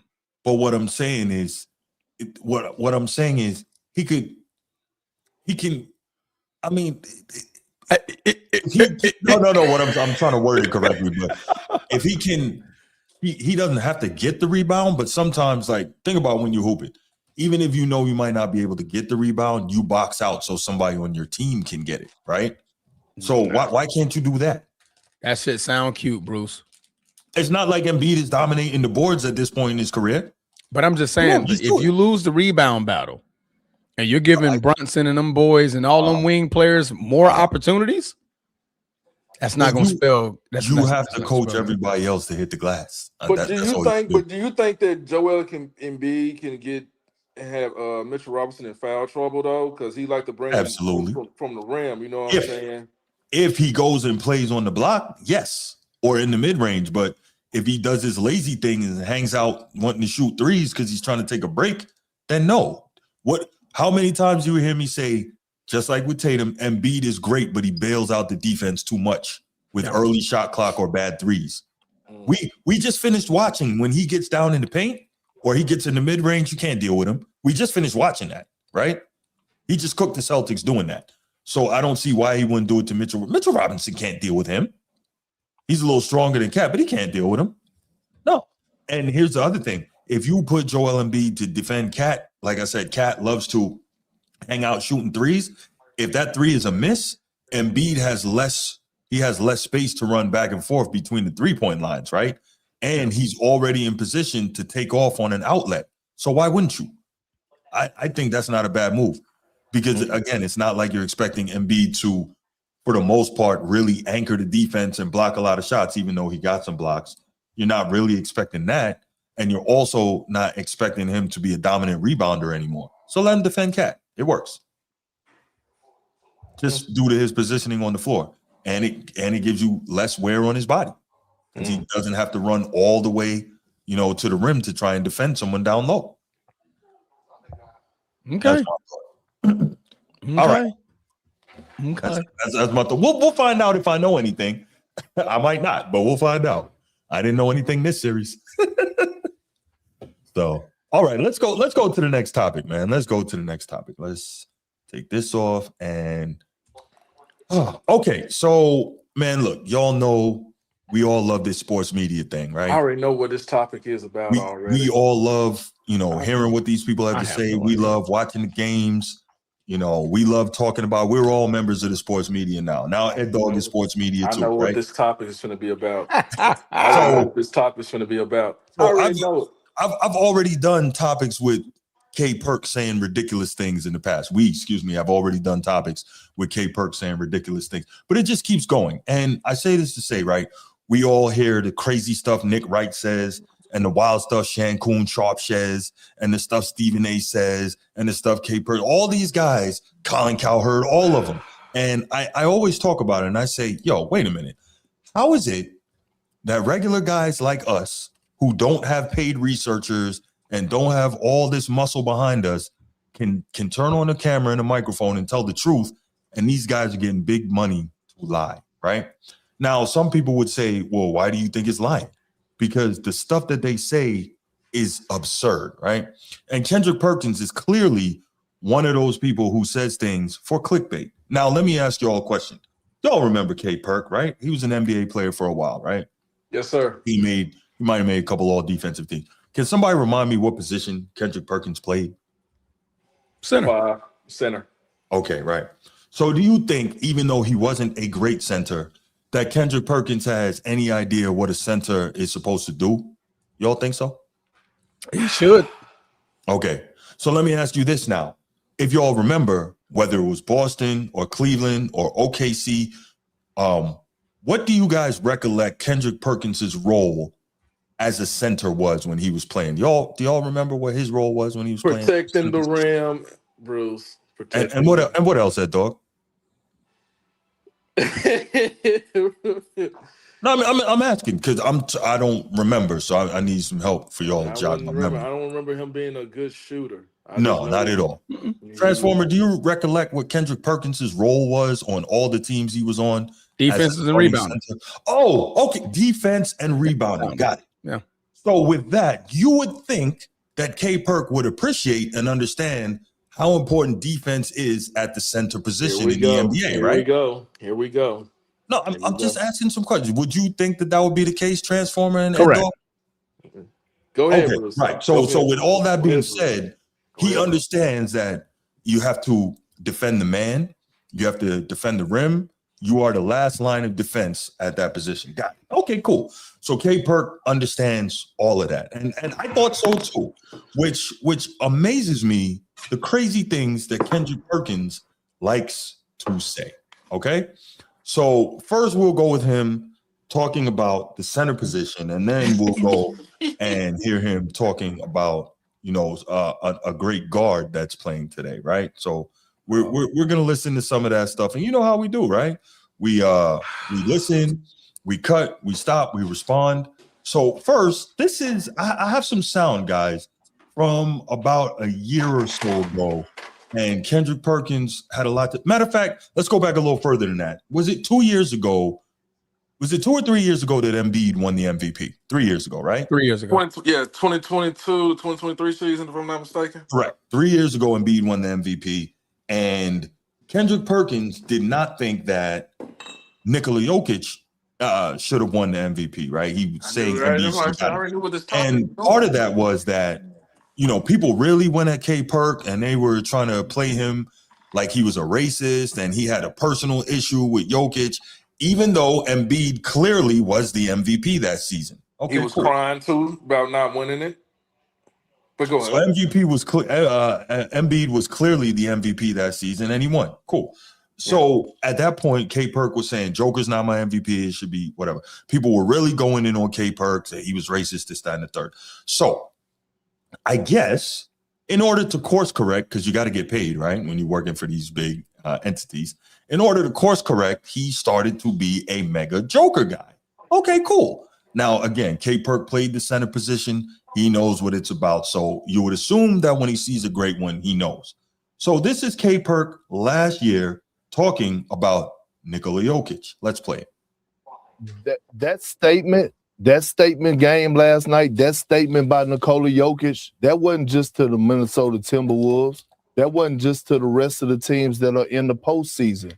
That statement was to the all-time greats to let them know that he's coming for their spots. And when I say all-time greats, I'm thinking about the center position. I'm talking about, damn it, Akeem Olajuwon and Shaquille O'Neal. Let me explain something to you. I believe that Nikola Jokic is already the most skilled center we have ever seen touch the damn basketball. That's funny. Okay. Hey, dog. And we've got more to play, but go ahead, Ed Dog. Say what you gotta say, brother. Okay. Now, I don't know what he mean by as skill-wise, but he's not. Maybe because of assists. Okay. Because I already knew what Bruce, I know you, bro. I already knew you was gonna talk about when it comes to this, when it comes to Big Perk, bro. When he said about Nikola Jokic, about the Joker. I already knew it. But yeah, that's what I think that's what it's about. Okay, cool. So let's continue. Go ahead. With 3 MVPs, 1 final MVP, one NBA championship. If he goes on to win another NBA championship and a finals MVP with no other all-star, all-NBA caliber player. So we know he lied right there because we know Jamal Murray has been an all-star caliber player. It's just that we know that the guard position in the West is very tough to make the all-star team. Okay, yeah. Okay, cool. I'm glad you said that, Bruce. That's an all-star caliber player. Right. Okay, let's carry on. He moves up into the ranking, and I believe he becomes a top 10 player of all time. A top 10 player of all time.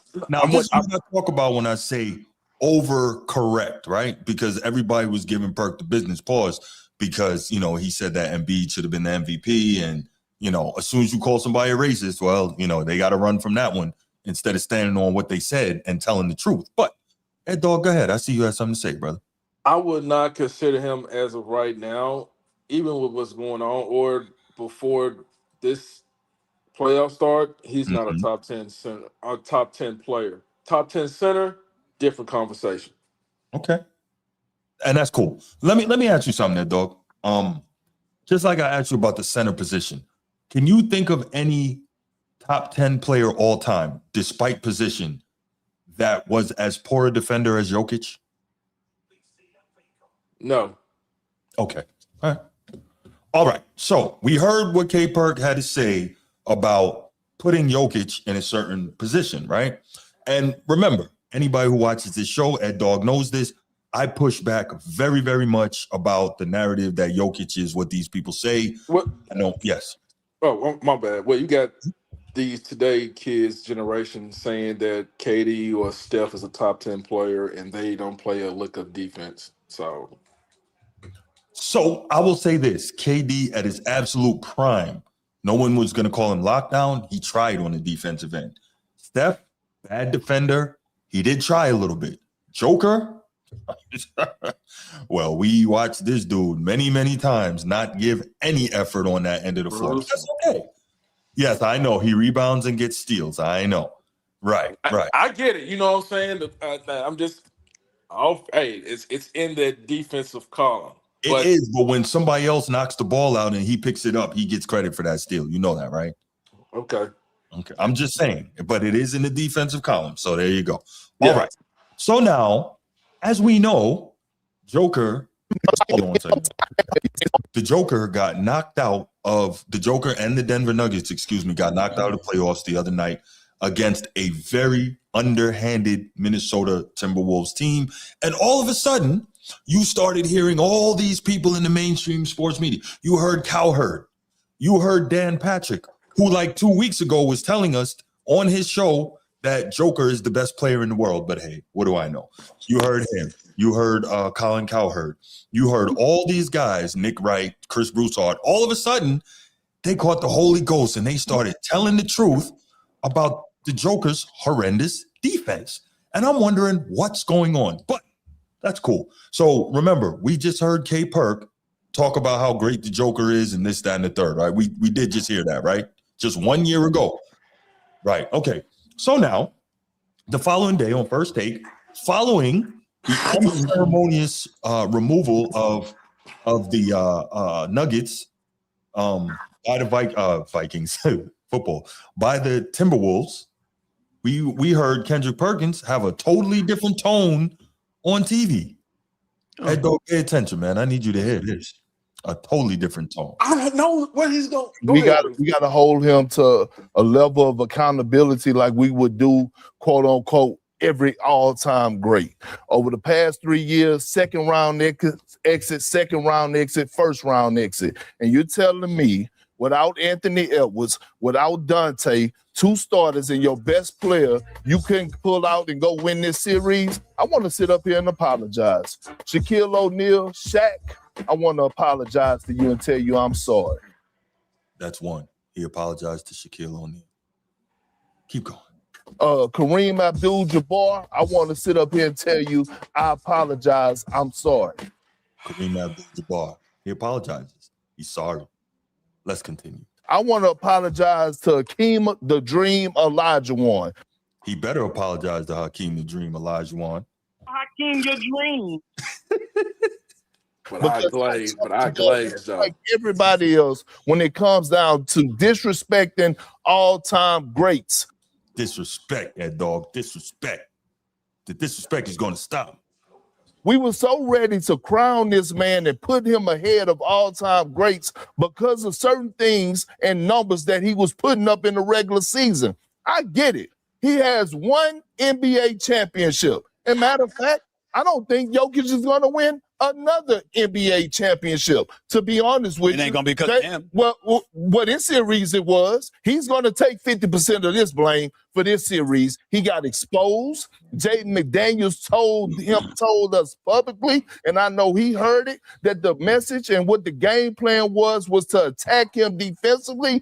Jokic has never sniffed an all defensive team as a center. So when we get to talking about top five this and top five that of all time, we need to sit back and keep a cool booty. Is he a top 10 center of all time? Absolutely. But he needs some more accolades. He needs some more championships on his resume for us to start even considering that. And what Rudy Gobert did to him this series, he outplayed him. Rudy Gobert got a lot of apologies from a lot of people because we criticized him over the past. And you can sit up there with a frown on your face. You can sit up there looking at me crazy, but you know I'm telling the truth.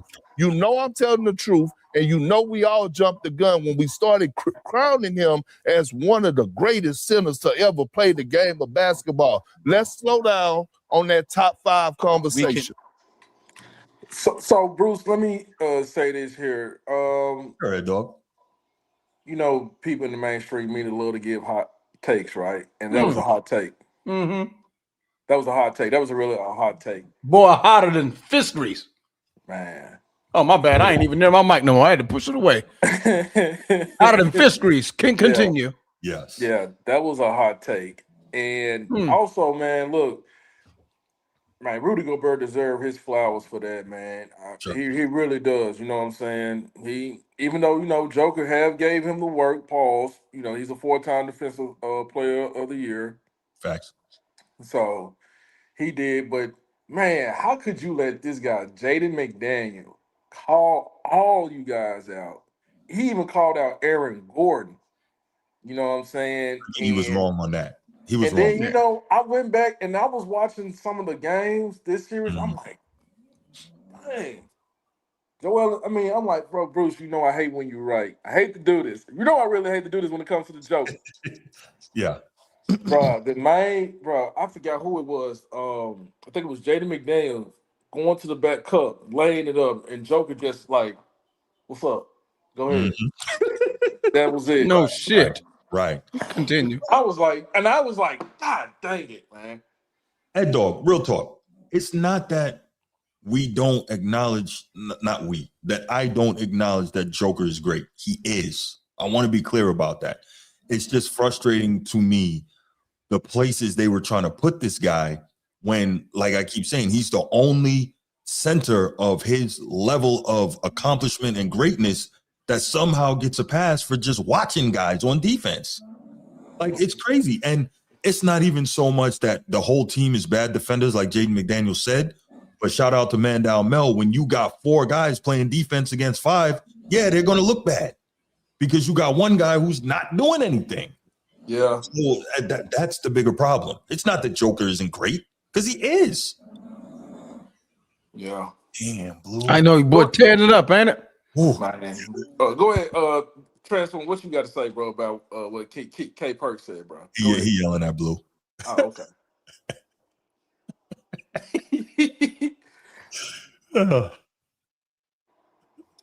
All right, damn. Yeah. What had me confusing my thoughts here. Kendrick Perkins, man, this is what happens when you frippin' talk too much. Yep. This is what happens. You could have rightfully gave this man the adequate amount of praise for what he was doing that said time and being. But you decided to climb the mountaintop of great bigs for a hot, streaky run, for a hot, offensively streaky run. Because when you look at the bigs of the past and you look at the great bigs of all time, they play both sides of the ball and can give you 30 and will rebound the ball 15 times and will chip in 2 to 3 blocks. And they were the anchor point of their team, both either offensively and defensively. You decided to have the quote unquote hot booty and say these outlandish things. Yup. You were willing to put this man in the top 10 of all time. Kendrick Perkins, my next question is who you taking out? Who were you taking out? He's talking about some people got to start moving aside. Okay, all right. Who? And don't worry, we got another K Perk one that's gonna. My question was gonna be who, because according to Bleacher Report, Kobe was at 11. So he's you gonna get past Kobe? How? Are we talking about top 10 centers or top 10 players? When he said top 10 players, yeah, when he said he could be a top 10, I don't know how he's saying that. He said top 10 players. Right. No, absolutely not. He's not a top 10 player. He's not a top 15 player. I don't believe he's a top 20 player. I can't see it. But those 3 MVPs got people going crazy and all the triple doubles. He's not a top 20 player. The outlandish behavior. 25? Huh? Can you give him at least 25? That's top 25 player? Yeah. I can see that being in the I would have to sit down and map it out. He's not top 20 though. Yeah, but I can see him being in the top 25. I'm gonna have to map that out. 3 MVPs, can't argue too much. So how many NBA first team he got? I was about to say the thing is we look okay. I guess you're looking at the whole everything, how he plays, body of work, awards, everything. Yeah, quote unquote top 3 MVP voting in 6 years. Okay, because when you're talking about player, there's a lot of players better than him. Yeah. I mean, when you talk about player within context, you can go to a further realm than not counting the accolades. Yeah. If you want to talk player, but it depends on what conversation are you having. Top 25 of all time as far as career. Oh yeah, hit Joel. I mean, not Joel Embiid, but Jokic is definitely. There's not a lot of 3-time MVPs running around, so I get it. With the championship, with the record breaking, multiple time triple doubles, averaging. Okay, yeah, it's a lot. Before we get on to K Perk's next piece of nonsense, as we're talking Jokic, there was more. There's one more, yeah. Before we get on to that, let me ask you this though: as we're talking Jokic and you're talking about accomplishments and all that, why does Jokic get so much more credit than Giannis? And follow me here for a second. Jokic is a 3-time MVP, a 1-time champion, 1-time Finals MVP. Incredible, right? Giannis is a 2-time MVP, a Defensive Player of the Year, so that kind of evens out the awards, does it not? And then he's a 1-time champion, 1-time Finals MVP. Why does Jokic get so much more credit and Giannis is clearly a better two-way player? Because of the recency of said dominance. And the triple doubles, right? In the triple doubles. If the Milwaukee Bucks were still a top 3 contender in the East, then Giannis would be in that conversation. Okay. But the fact is that, the Bucks haven't been relevant in 2 years. And then look, Bruce, you also got to understand this too. Who's a better shooter?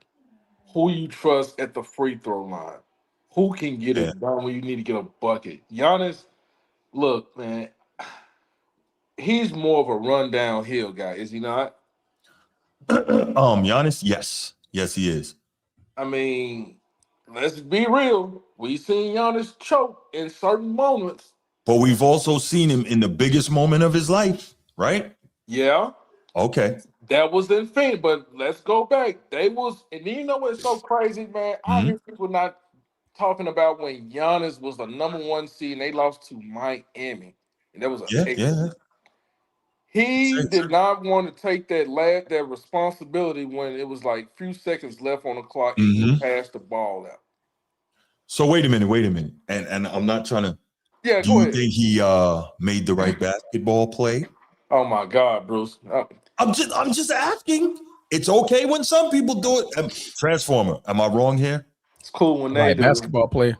It's a problem when I do it. No, okay, I got you. All right, I got you. So let's move on, right? This is really where we're going, though, right? Yeah. This whole topic is K Perk needs to stop talking. So we heard him sound stupid with the Joker talk, but this is more recent and even worse. Y'all ready for this one? Transformer, you gonna like this. Y'all ready for this? Go ahead. Continue. All right. Did y'all see what Club 520 said about SGA? By the way, this is from the Road Tripping Podcast with Richard Jefferson. Okay. Let me start it over. Just a quick second. All right, let's go. Did y'all see what Club 520 said about SGA and Kobe? If SGA wins another ring and Finals MVP, what are your all thoughts? Well, what did they say? I didn't see what they said. Let us know. Well, I'll tell you my thoughts. Well, can we find out what they said before you tell us your thoughts? He said he's a more efficient scorer. That's not even if he wins. That's a fact right now. Wait. No, let me be very clear here. This is not Kobe slander. Before anybody goes crazy, Kobe is the least efficient scorer of the top 10 scorers. Yeah. So first, let's get clear on that. God, hold on, let's get clear on that. Richard Jefferson is lying. Okay. I actually see Ed Dog doesn't think I like to do the research on this, but I did. Because one, there's no actual definition on what accounts for efficiency, right? So of the top 10 scorers, Kobe's not actually the least efficient because one, there's no actual metric that says this is efficiency. Efficiency gets measured across different ways depending on who's doing it.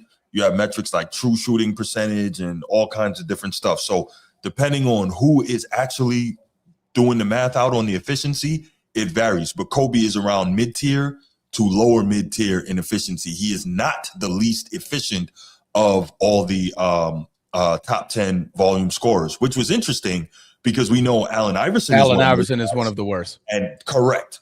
But you say that Kobe is less efficient than him? Now, let me check this out. This is the crazy part. In looking this up and doing the research, they called Shaquille O'Neal, Wilt Chamberlain, and Karl Malone some of the most inefficient of the all-time great scorers. Somebody explain that to me. Does that tell you right now that this whole efficiency metric is BS? Analytic nerds, man. Exactly.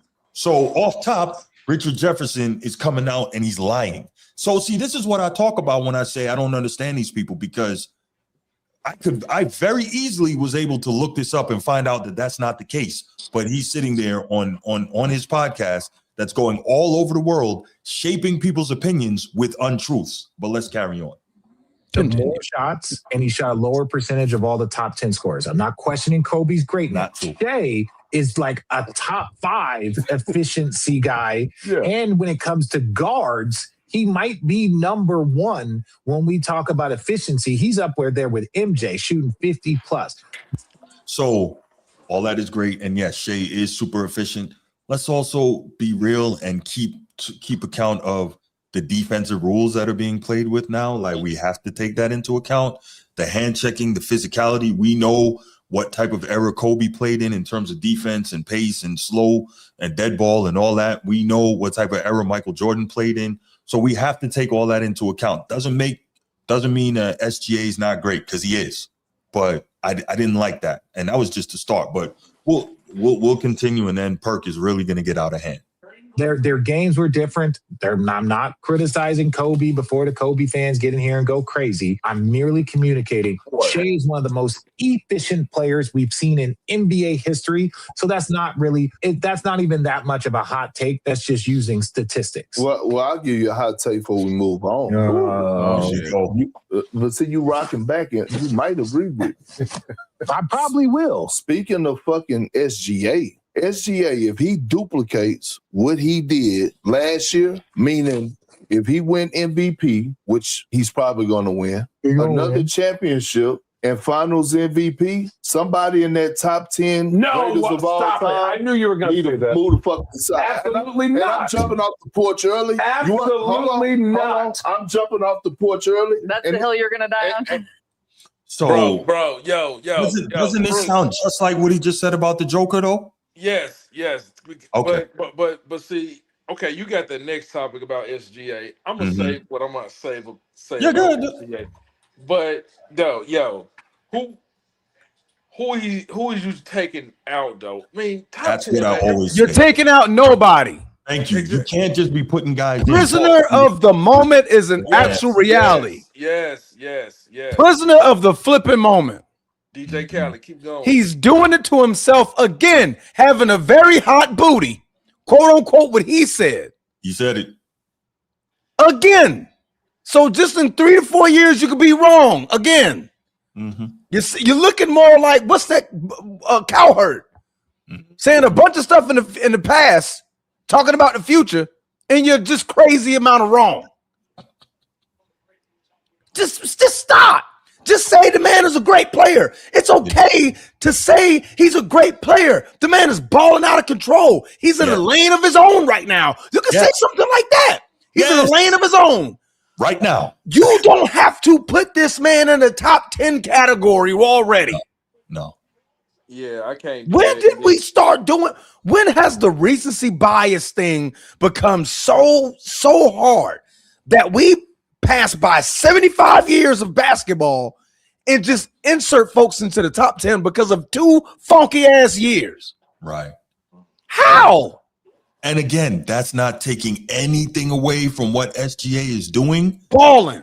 But come on. Balling. Clearly one of the best players in the league today. Mm-hmm. You can say that. Mm-hmm. You want to put him in your top 2 today? Absolutely perfect. All good with it. You don't have to put him with the Kobe's, the Jordans, the Kareem. Everybody who's past, they can't do nothing to today's game right now. Right. SGA is controlling his own fate of what he got going on from year 2017 to whenever he retires. That's his time. So compare him to those guys that he's up against. Compare him to the Jokic's. Compare him to the Anthony Edwards, the Lucas, the Jaylen Browns, the Cade Cunninghams, to all those guys. Put him against them. Right. Rank him amongst his peers. Mm-hmm. Stop putting this man in conversations he don't even belong in. Right. When it's all said and done, then you can have. Then you can insert that person. Or even getting down towards the end of his career. Cool, but let him do some more. Let him cook, bro. Yeah. Let the man cook. Yeah. Because he's not better than 35 of the players in the history of the NBA yet. No. He has to finish his career. Well, he doesn't even have to finish, but he's got a lot more to do. LeBron is not done yet, but we know he's a Mount Rushmore guy. That man played 23 years. We got 23 years of evidence of where to put LeBron James at this point. Right. A lot of tape. Yes. This man, SGA, is still in his prime. Could ascend more, could fall off a cliff. Who knows? We don't know. Right. But you putting this man in categories he don't belong in. You put him in conversations. You put him at tables with dudes who already finished their plate. SGA, just sat down. Well, see, Perk is slick, though. You see how he always caveats it. He did say it's a hot take. He did say it's a hot take. He did say that. And then how did him? If he wins another championship and another MVP and another Finals MVP, ain't no ifs. Ain't no ifs. If he wins this year, if he wins a championship this year, gets MVP again this year, he is still not in nobody's top 10. And he doesn't belong in nobody's top 10. Not yet, no. But he'll be great. He'll be great. He'll be the best player today. Mm-hmm. Man, the best player. And shout out to my brother, Donnell, our brother. What up, Donnell? Oh, boy. That man, he made a comment about SGA is already better than God rest the dead Kobe. I guess smoking crack pipe. Man, that's our brother. He's smoking Richard Pryor. He was smoking Richard Pryor. You know what his conversation was? You know what he was more efficient. And then when I said something about efficiency, he said, "Oh, well, he got it done with a team. He got it done with a team without another superstar." So all of a sudden, Paul Gasol became a superstar. All of a sudden, Paul Gasol was a superstar. I don't ever recall Paul Gasol being mentioned in superstardom. You know what? Man, Kobe went the back finals. Yeah, with a Paul Gasol as the next guy. Yeah, let's finish this clip, man. No, watch out for them knees, brother, because that's a lot. It's a big ass point. And you want me to tell you why? No, because it's the story, and I'm getting to it early. Here's why: the motherfucker is only 27 years old. So we got 7 more years of this type of greatness. And in this short period of time, by the way, let me remind you, he just joined Michael Jeffrey Jordan again. In what? Consecutive seasons, averaging 30, shooting over 50%. Only him and Jordan have done this shit. All right. But if you go back to back and win another MVP and finals MVP with all of these guys, these greats that are still here. I know LeBron is old. I know Steph is aging. I know KD is aging. Jokic, Wemby, all these motherfuckers. If you come out victorious again, and on top of that, J-Dub, even if he does come back or when he comes back, he's not going to be 100%.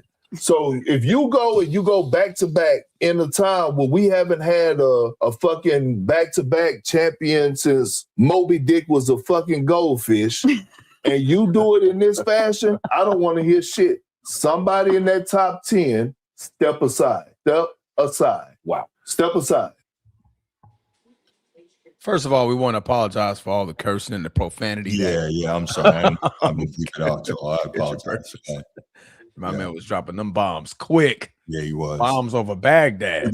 People get on podcasts, get off mainstream TV, and they let it go, boy. They let it what? Why? Yeesh. Oh, it's man. crazy. Yeah, it is. So he's not there now. Again, his accomplishments. Mm-hmm. He's the one of. He already got a patch for scoring 20 points consistently. Yeah, 30 points. 30 points consistently. I know he got the patch or something like that. I know it's 20 more. Okay. But a 20 consecutive 20-point game. Yeah, he got that and everything. But look, man, Sneed got what you need. Oh, we got the couch today. What's up, Sneed? Buddy. What's up, Sneed? Can you guys hear me okay? Yeah, we can hear you. Sound good. Pause. But yeah, Bruce, man, I wouldn't say it's a prisoner, but look, now let's be honest here. Now we saw what the trajectory of what James Harden was and we saw what happened. Yeah. Now, can we say the same thing when it comes to SGA when we get further in these playoffs run? No, because he's already a champion. James Harden never became one. No, I'm saying with the whistle and everything like that. I'm just saying, The whistle's not as egregious as James Harden's was. You don't think so? No, not even close. Gosh, are we still pushing this lie? No. Push this lie. Bruce, calm down, brother. Because the key difference, and this put a pin in that whole SGA thing. James Harden in the regular season, when he was averaging 36 points a game, was one of the best was one of the league leading free throw attempt shooters. Right. Mm-hmm. When the postseason happened, he could not rely on getting to that line. What happened to James Harden? Man, what's happening right now? Choked, right? SGA, though they don't make the same amount of calls in the postseason, what do you see SGA do? Still give you 30. Yeah, he said still give you 35 because he's an efficient scorer, and he doesn't rely on getting to the. He can get to the free throw line, but he's not going to rely in games for the free throw line. He has games where he takes 3-4 free throw attempts and still giving you 35. So that whole free throw motion thing is just not accurate. Yeah, I would give him credit. He said, I don't effing need it. He said that. I give him that. You know what I'm saying? He said he don't effing need it. I mean, even though it was the Suns, but I get it. But we got to stop. By the way, people love to equate field goal percentage with efficiency, which again absolutely is not. Absolutely not. Right. Are we aware though that Kobe Bryant actually has a higher career field goal percentage than James Harden? And everyone would swear, But anyway, just who takes more threes, Bruce? Harden. James Harden. It's not a hard math calculus. He who takes more threes has increased the likelihood they miss more shots. Yeah.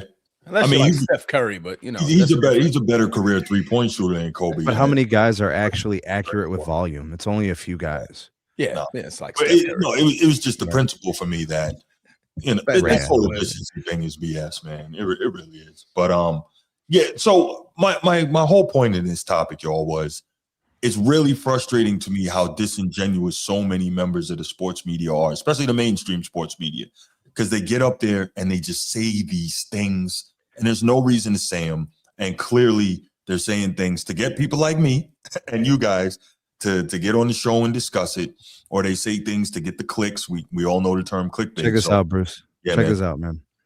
I heard a quote-unquote analyst say that there's a characteristic of a basketball player called a connector passer. Oh, let's hear that. Like a hockey assist? I don't know. It's called a hockey assist. I've been playing the game my whole life. I've been watching the game my whole life. I've listened to people who teach the game. I've watched the players who played it at the highest level. We're just making up anything. Anybody will say anything to try to reinvent the wheel, to try to act like they know something nobody else does. That's true. It's incredible. A connector passer is now a feature or a quality of a player. Connector passer. In hockey, you used to call it a hockey assist. That's not a trait or a characteristic. It's willingness to pass. Yeah. It's not a characteristic or moving the ball. It's nothing. Okay, but look at this, right, Sneed? And I've always wondered, because I remember when the Spurs were at their peak, right? And they were smoking people with Timmy and Manu and Tony and all that. The way they would just move, always that last extra pass. That's the hockey assist, right? So, and obviously there's no points for that in basketball. You get points for that in hockey, hence the term hockey assist. But to an extent, I get it. But I also get what you're saying in terms of, somebody trying to sound smart by putting a new fancy nickname or label on it, right? It's been hockey. Everybody wants so badly to be able to make up something. Yeah, everybody wants so badly to develop or invent or create to justify or confirm that they're smart. Yeah. So they'll make up anything and they'll say anything and they'll say this is what this is called and it's not a thing. Like if I'm playing a game and it's me and Transformer versus Eddie and Bruce and come on, Transformer. Come on, Transformer. Hold on. Transformer. Neither one of them two can guard me. Watch this. Transformer, I need you to be a better connector passer. Bro, you just please. You just came off an injury, so it's different now. Bro, I'm 7 months past that, bro. I'm running. We need better connector passers. We need more of those. We're going to draft a connector passer this year. That's what we're going to do. Sneed, just give me the ball, bro. Neither one of them stand in front of me. And I'm cooking both these fools, bro. Especially Eddie, bro. I'm clowning Eddie on the floor, bro. Bruce, I'm gonna feed you the ball in the paint. Hey, I can do it. I can handle that. Elbow, you know what I'm saying? The most important thing. I believe it. I actually had a Listen, the most important thing. Or act like Hakeem Olajuwon if you don't like. Let's get what he got. Listen, the most important thing is that Transformer, you are going to be a competent connector passer. This is what I need, bro. I need you to be a connector passer. Oh, you sound like a highway, like a lane. He gonna pass it back to you. It's the shit that nobody ever says, bro. It's the things that you can't make this stuff up. They're just so desperate to come up with anything. Like even the metrics, like if you think about some of the analytics stuff, it doesn't have meaning. It doesn't. It's irrelevant to the game outcomes. They just want to say this number, you know. It's like one of these ESPN dudes invented the PER metric, and now it's the nerds that didn't get a chance to play the game. Now they have a chance to play appreciated. Yeah. And that's the ones who really doing all this, you know what I'm saying, that's voting, you know what I'm saying, when it comes to those analytic nerds, man. They're the ones that really doing all the voting. Yeah. Damn, we 2 hours in. Okay, we got to take a couple calls on this and get this thing moving. I didn't even realize we're 2 hours in. Yo, if you want to call in, tell us about the greatest connector passers of all time. We'll do top 10 connector passers. Ooh, Robert Horry. Yeah. Tony Parker. Tony Parker. Manu Ginobili. But listen, they can't be. They can't average more than 2 assists a game. They have to be connector passers. They're not allowed to get assists. Tony Parker did win a finals MVP though. He did. We're talking about connector passer, the best connector passer of all time. 904-219-8264. Call us. Give us your thoughts on this BS people in the mainstream sports media say. Why do you all think they talk this way, man? It's crazy. And does it bother you? That's what I want to know. Does it bother y'all? Bothers me. Nobody's ever called it connector passer. Like, oh man, in the midst of the game, you see, but the hockey assist. Right. Cool. It's cool to hockey say assist, in commentary. I'm familiar with, right? Commentary, that's cool to say. Nobody's making that a thing, like a stat or something that I'm trying to track, right? You're just saying good extra pass. That's all you're saying. Good extra pass. It's just passing, bro. It's not that complicated. Like, hey, man, they swung the ball around. That's good passing. Good team. You know what that actually is? It's actually belief in an offensive system, right? The fact that the ball's going to end up with the right person at the right time and it gets to the open player. It's a philosophy, really, is what it is. It's not really a feature or a characteristic. Young disciple, you totally missing what we're saying. Connector passer. We literally just called it hockey assist. That's what it's literally called. That's what what it's been called for years. The term connector passer is just sounding idiotic. It's already got a name. It's already got a name. They've been saying this in basketball for years. With the good hockey assist. Hockey assist. Connector passer? Bruce, you wilding, bro. You wild. What are we doing? Just saying. What are we doing? We were just adding words. I'm just saying. Listen, I'm gonna show up at the park and I'm gonna tell them dudes when we're shooting, we're trying to figure out the teams. Listen, you need me. I am the greatest connector passer in this joint right now. Yo, you got your 5? Hell yeah, I'm gonna take him. Here's what I'm gonna do. Transformer, check us out. He hit the glass. He played D. He's a connector passer. Yeah, we got a connector passer. Listen, you guys remember that episode of Chappelle's Show with Prince? Yeah, hell yeah. I'm the greatest connector passer of all time. Shoot it. Shoot the J. Shoot it. I'm the greatest passer to pass to a passer who makes the assist. What type of shit are we talking about? Bro, that's not a stat, bro. That's not a tendency. That's not a tendency. You know what that is, bro? That's some shit to make Draymond Green look better, bro. That's what that is. No. Dre is a good passer. Let's stop that. He is a good passer, but I'm just saying. He gets the initial assist. Not the assist to an assist. The ass assist. What up, bros? Ass assist. That's when you're kicking it out with the homies and somebody's got to take one for the team, bro. You get the ass assist. What up, bros? We good, man. What you got? The connector pass is a real term in basketball if you look it up. Nobody said it's not a. You guys make me laugh, man. What we're saying is that's a always plain land known as a hockey assist, bro. And now people are trying to use it to sound smart. That's all it is. But what's wrong with people trying to sound smart? One thing about you guys, not excluding Transformer. The Transformer more down to earth. But Bruce, you see one thing about y'all. Bro, I don't give a damn what you got to say about me, bro. Go on, bro. If y'all got say what you got to say. Let me say, listen. If they don't agree with something somebody got to say, they make them try to seem like they stupid. They don't know what they're talking about. You gotta try to make motherfucker seem like they crazy if they don't agree with it. Them two, the two smart ass, the two know it all. And that's funny. The two of the teachers are too. Try to make you feel slow because they don't agree with it. Hey, I don't know that. Love to death, though, my brothers, man. Hey, Bruce, you ever heard the expression "hit dogs holler," bro? I ain't know. Hey, you call me with the I'm just saying. I'm just saying. Keep going, be more, Bruce. Keep going, bro. Keep going. Keep going. One thing about Baltimore, Brucey, most of the time I'm right, though. And do I not give you credit when you right? When you right, don't I sit right here and say it? Why I gotta be hitting hoes and holler? Because I'm just putting shit out there for what it is. No. Not saying that I don't love you guys. Not saying that I won't give you guys $1 million each if I had $50 billion to get on your feet. But that's what y'all do. That makes y'all sound slow if y'all don't agree with it. But anyway, I love your brother. But anyway, I love you, brother. But anyway, make this brief. Kendrick Perkins don't know. He just be saying, I don't even know why ESPN got him on a panel sometimes.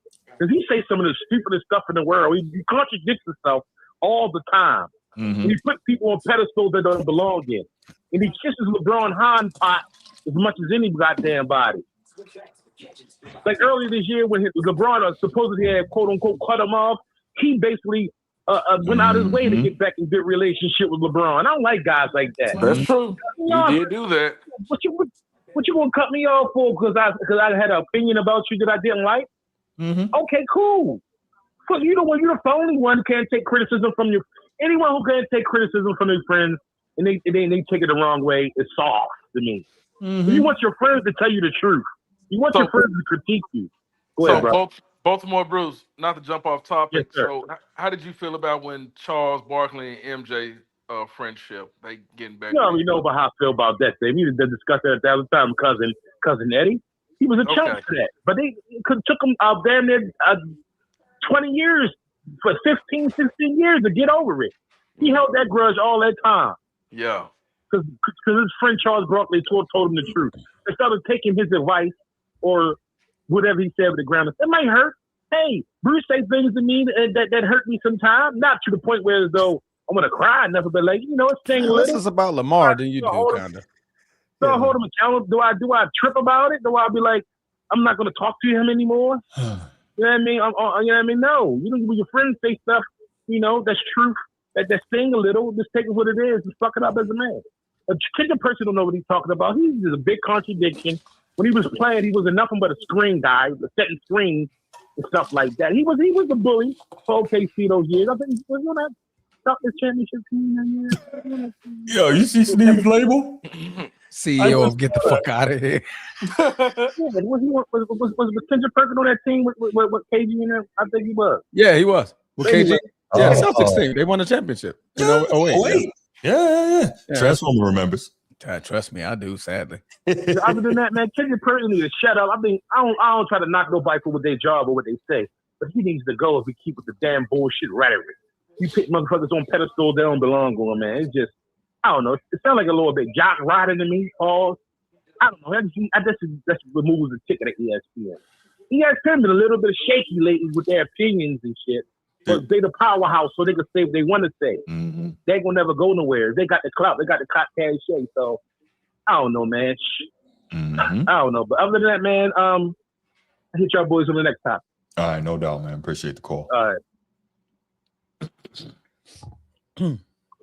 All right, let's go. OKC SA San Antonio. I'm sorry, I said SA.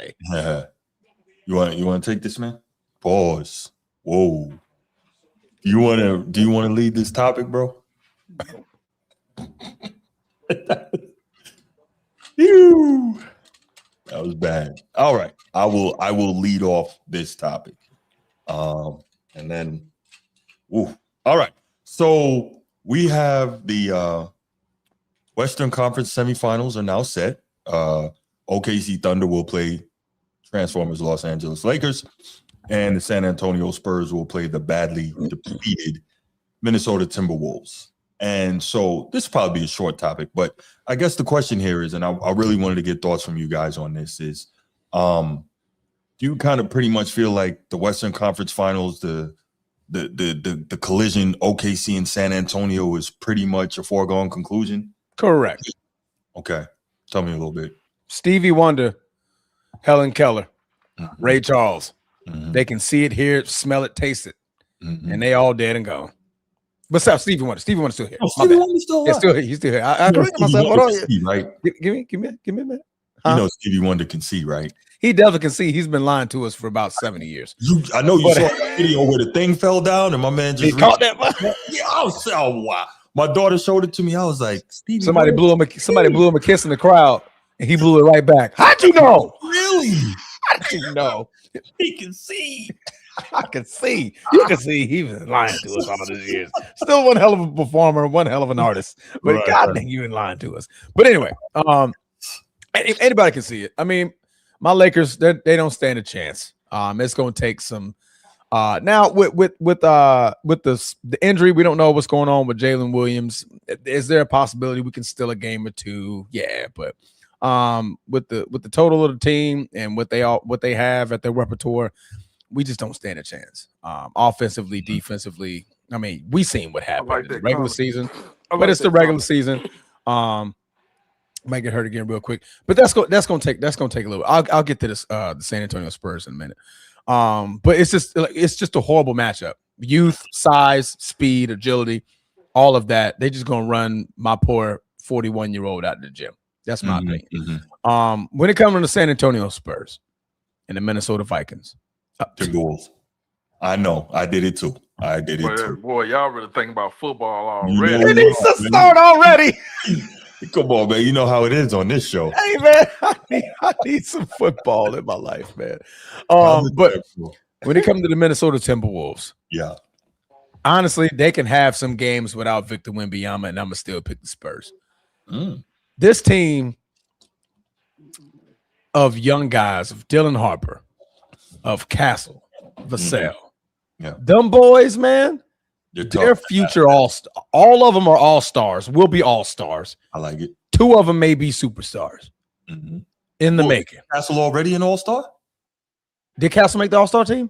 I think he did. The up and coming, like that little format. I think he was. Oh yeah, that might be. I mean, both of them got dreads. They both had the same freaking hairstyle, so you can't label them. But I think, so one of them is already an all-star. Dylan Harper is going to be an all-star. No, he wasn't. Vassell is going to be an all-star.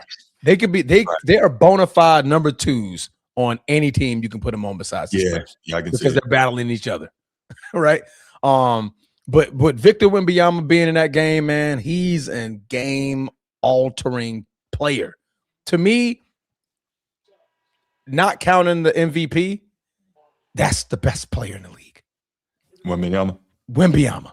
Yeah, man. Wembanyama offensively can do things that anybody in the NBA. He can do things just as good as anybody else in the NBA offensively. Nobody in the NBA can do anything he can do defensively. Nobody. So if I can do everything that anybody else can do offensively, and I'm up to par, I can give you 30, I can give you 40, right? But nobody can do what I can do defensively. Man, listen. I mean, 2 sides of the basketball, make them even, best player. Yeah. Right. And when you're looking at Minnesota, Rudy Gobert, the way he shut down Jokic is because Jokic can't take on that pressure. Did he really? I was about to say, can we take a second to step back and think about this? Look at what Jokic did in that series, and we call that getting shut down. That tells you how great an offensive player Jokic is. No, so correct.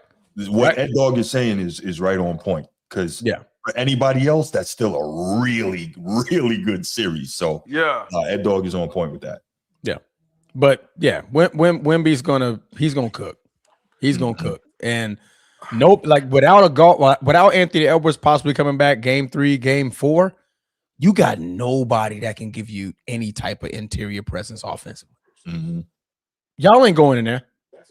Y'all ain't even finna try. Right. And you got these 3 bulls that are playing the perimeter as best as they can because they know you're not finna go in there. So I can overcommit all I want. I can pressure you all I want. I can send the double team all I want.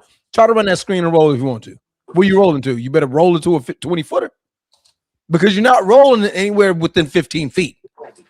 That's how much Wemby can alter a game. So yeah, I definitely think that this is a bearing health. I mean, everything's based on health for sure. But thank you. I wanted to say that, man. I don't want to be a prisoner of the moment. That's not being a prisoner of the moment. That's just nobody's predicting health. But I mean, the way this stands all now, it's easily going to be OKC and San Antonio. Easily. Yeah. That's what I'm trying to do is just find a way that this can be injuries compelling, and that's it. Injuries. You're hoping somebody gets hurt. Okay. Did we expect Philly to do what they did? No, I didn't. Okay. I didn't. I didn't. I really do. Honestly, I really thought y'all was gonna take it over on you know what I'm saying. I thought so too. Yeah. You know, but the thing is, yeah. And I told you this, Bruce. What did we say before the season? What did we say about Philly? This was that if they could get healthy, they could be dangerous. They will be a problem. Yeah. Bearing what, Bruce? Health. They finally got healthy, and they all played at the same time. Hold on. Young disciple. I want to make sure I got this clear, man. You're certainly entitled to your opinion. Are you saying, or is this some hypothetical? I'm looking at all your other comments. You're saying you believe that the Lakers are going to beat the Thunder in this series? I just want to clarify. Yeah, we're beating them in game 3. After that, because OKC is going to want to beat us at home. Bro, I looked at the odds on that, bro. They are like 15.5 point favorite, bro. Vegas got some insane at 15.5. So I can't. Well, even though Houston was favorite. Young disciple, a bigger fan than I am. Hey, we got it on wax. That's cool. But like I mean, like it's anything can happen. Like right now,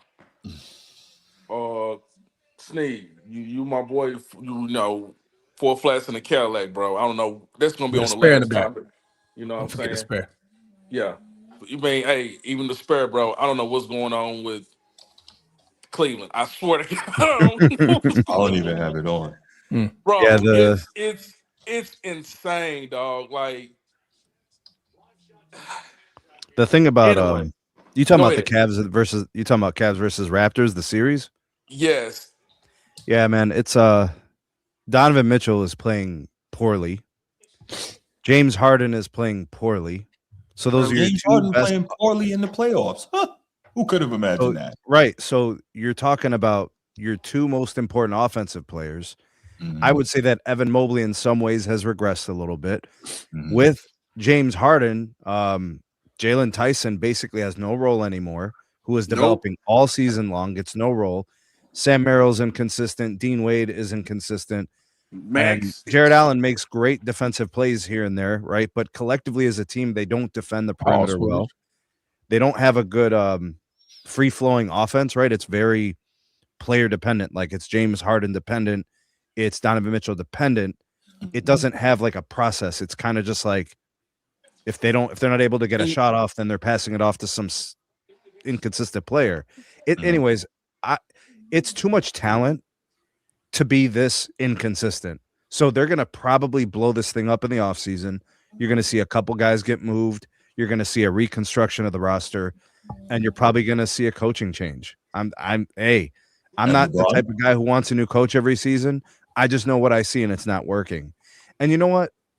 Maybe some of the things people are saying about Don are true, and maybe some of the things people say about James Harden is true. Maybe all of it is partially true. All I know is Evan Mobley didn't get better this year.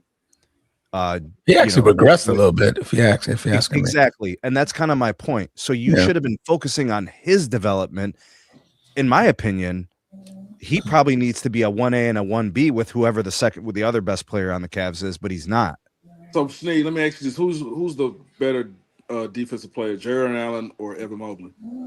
Evan Mobley's the better defensive player potentially, but like Jared Allen, I think, has proven in the playoffs to be a little bit more versatile, being able to defend traditional bigs.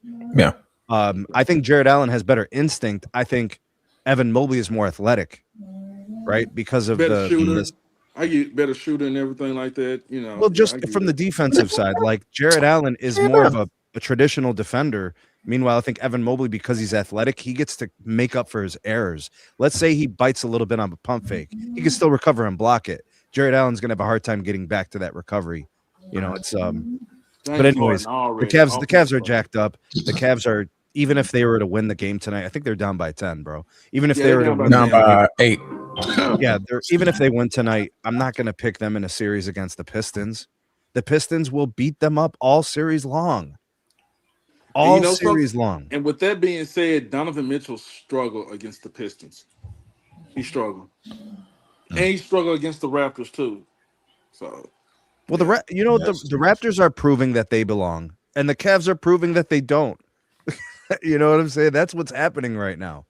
Now, my question: what the hell the Cavs got to do with OKC and San Antonio right now, Eddie? Okay. All my right. fault, so, bro. My fault. No. Anyways, I mean, okay. So not because, I didn't even catch that transformer. I was like, how the hell did we get to the East? No, so you guys were talking Thunder. Yeah, okay. See, well, I'm just saying right now, Thunder and Lakers, right? But we get Snead need to get what he got to get off his chest because that's his Cavs. He got to get that off his chest. There's been pent up aggression for Snead. Yeah, but hold up. You guys also got to remember, last year the Thunder were my team. I told people all season long, this team is building a culture. This team's building a culture, and they're going to be perennial winners. Yeah, because their success is built off of defense, and everybody on the team plays it. That was a cultural shift in their team last year, and here they are again as the favorite to win the ring again. I was saying it like in December of last year, November. I'm talking last season. I'm not talking about even like earlier this year. So before they won a chip, while they were becoming who they became, it was clear to me what they were doing in OKC, and I wouldn't be surprised if the Thunder, in a gentleman's sweep, win this series in 5, and in that one game, the Lakers they find a way to get a win and squeak by one victory. I don't want to disrespect players on the Lakers. No, I think the Lakers are a very talented team. I think they have good players and they could find a way to win a game. I can't. No way more than that, bro. No way. I mean, how their OKC is favored by 16 points. Bro. Are you surprised? Are you surprised? Not shocked at all. I'm not. You saw what they did to us with a full roster. Yeah, right. They gave us 30. I'll tell you what, though. So, I'll tell you what, Transformer. As a Lakers fan, this is a good thing, and I'll tell you why. It is usually when a team is very, very highly rated to win, it's too many people moving on one side of the boat. It's a chance for an upset. They could sneak a game 1, and maybe that changes the trajectory of the series. Maybe. Right. Yeah. Go ahead, Bruce. Well, what you got to say? No, I'm there. Like I'm really trying to rationally trying to find some way. I think gentleman's sweep is the best way to look at it because LeBron is, to Young Disciples' point, he's too good not to be able to get a game out of this series. I really think so. And we've seen too that the Lakers in this playoff run can get hot and knock down shots. Well, what happened to Luke Kennard? Well, what I'm saying, I was just about to bring him up. There's no reason he can't get hot for one game, right? Yeah. Marcus Smart hit a couple shots. Marcus Smart get some turnovers, give you 20, everything, perfect storm type situation. Everything comes together and the Lakers steal one. I can't find a way for any more than that. And this is not about me being a Celtics fan, honestly. I just can't find a way for any more than that because I don't think they have enough. And I think, like Transformers saying, man, OKC, too young, too athletic, too explosive. And I think they're going to try deliberately to run them out. The thing is, because we're looking at the Rockets series, right? And we're like, oh, man, that gives the Lakers some hope because we were doubted the entire Rocket series, right? Not at all. No, they were doubted. I mean, we were. What I'm saying is, if you're going to compare that series to this one, I agree with you. You can't compare it. Yeah, that's the point I'm getting to. So when you looking at in comparison of the Rockets series, the Rockets were just a dysfunctional team right? They didn't know how to. They had no chemistry. They didn't know how to get a shot. Offense was porous. Best game was like game 5 where they finally started hitting threes. Other than that, the Rockets were not a good team at all, right? So it made the my Lakers look a lot better than what we think we are comparison to OKC. We scored over 100 points twice in that series. Twice. Other than that, we beat the Rockets 98-78. Game 6 had 93 points. Game 5 had 96 points. Game 3 had 112 points. Game 2, 101 points. Game 1, we had 107. To a dysfunctional team. To a dysfunctional team in the Houston Rockets. Kevin Durant quit and refuses to play. He's got burner accounts. The team is self-imploding. Everything's going wrong. And the Lakers struggled to score 100 throughout the series. Struggled, like barely scoring 100. With Luka, we were scoring him $125, $130. Now you do make the sacrifices on the defense, but at least you're scoring some points, right? Yeah, we're not going to be able to keep that pace up with OKC. If we're barely scoring 100, OKC is getting to $110. And by the way, they're getting to $115. Like the Thunder don't care if Luka plays or not. They don't care. They just going to run him off the floor. If anything, they're just going to take. They're going to take Lou Dort. They're going to put him on Luka for 35 minutes. Yeah. And then they're going to sprinkle in some combination of a couple other guards, maybe Caruso, maybe the other guy. What's his name? Watson. Not Watson. Mitchell. Yeah. Mitchell will probably get him for like 5 minutes or something. That's probably how they're going to handle that. But he's not. I don't think Luka's even ready. So it's really going to be Austin Reeves. Luka's probably not going to play at max game 4 or 5. He's not even close to recovering. Yeah. That's best case scenario. Yeah. So guys, let me ask y'all this. Yeah, this Thunder team is a championship team. They got a pedigree. It's a wrap, bro. So since we already predicting the Western Finals is going to be OKC and the Spurs, can y'all see that going 7 or that would be 6? Oh hell yeah! I think it's got to be 7. Like the Spurs clearly believe that they can beat those guys, right? The Spurs clearly believe that, and they showed some things during the regular season, but Case and Wallace. There you go. Can I bring up? Yeah, Case and Wallace. Can I bring up a point? Of course. We haven't seen Wemby in a playoff run. You haven't seen him play in game 90. You haven't seen him play in game 95. Hold on a second, bro. You got to win 16 games to be an NBA champion, which means he may need to play an extra 25 games this season. Do we know that he could hold up to that? Do we know this for a fact? Great question. And that's what health though. So I'm just saying, you guys wanted to go 7. I wanted to go 7. I don't think it would go 7, honestly. I think we'll know our winner before 7.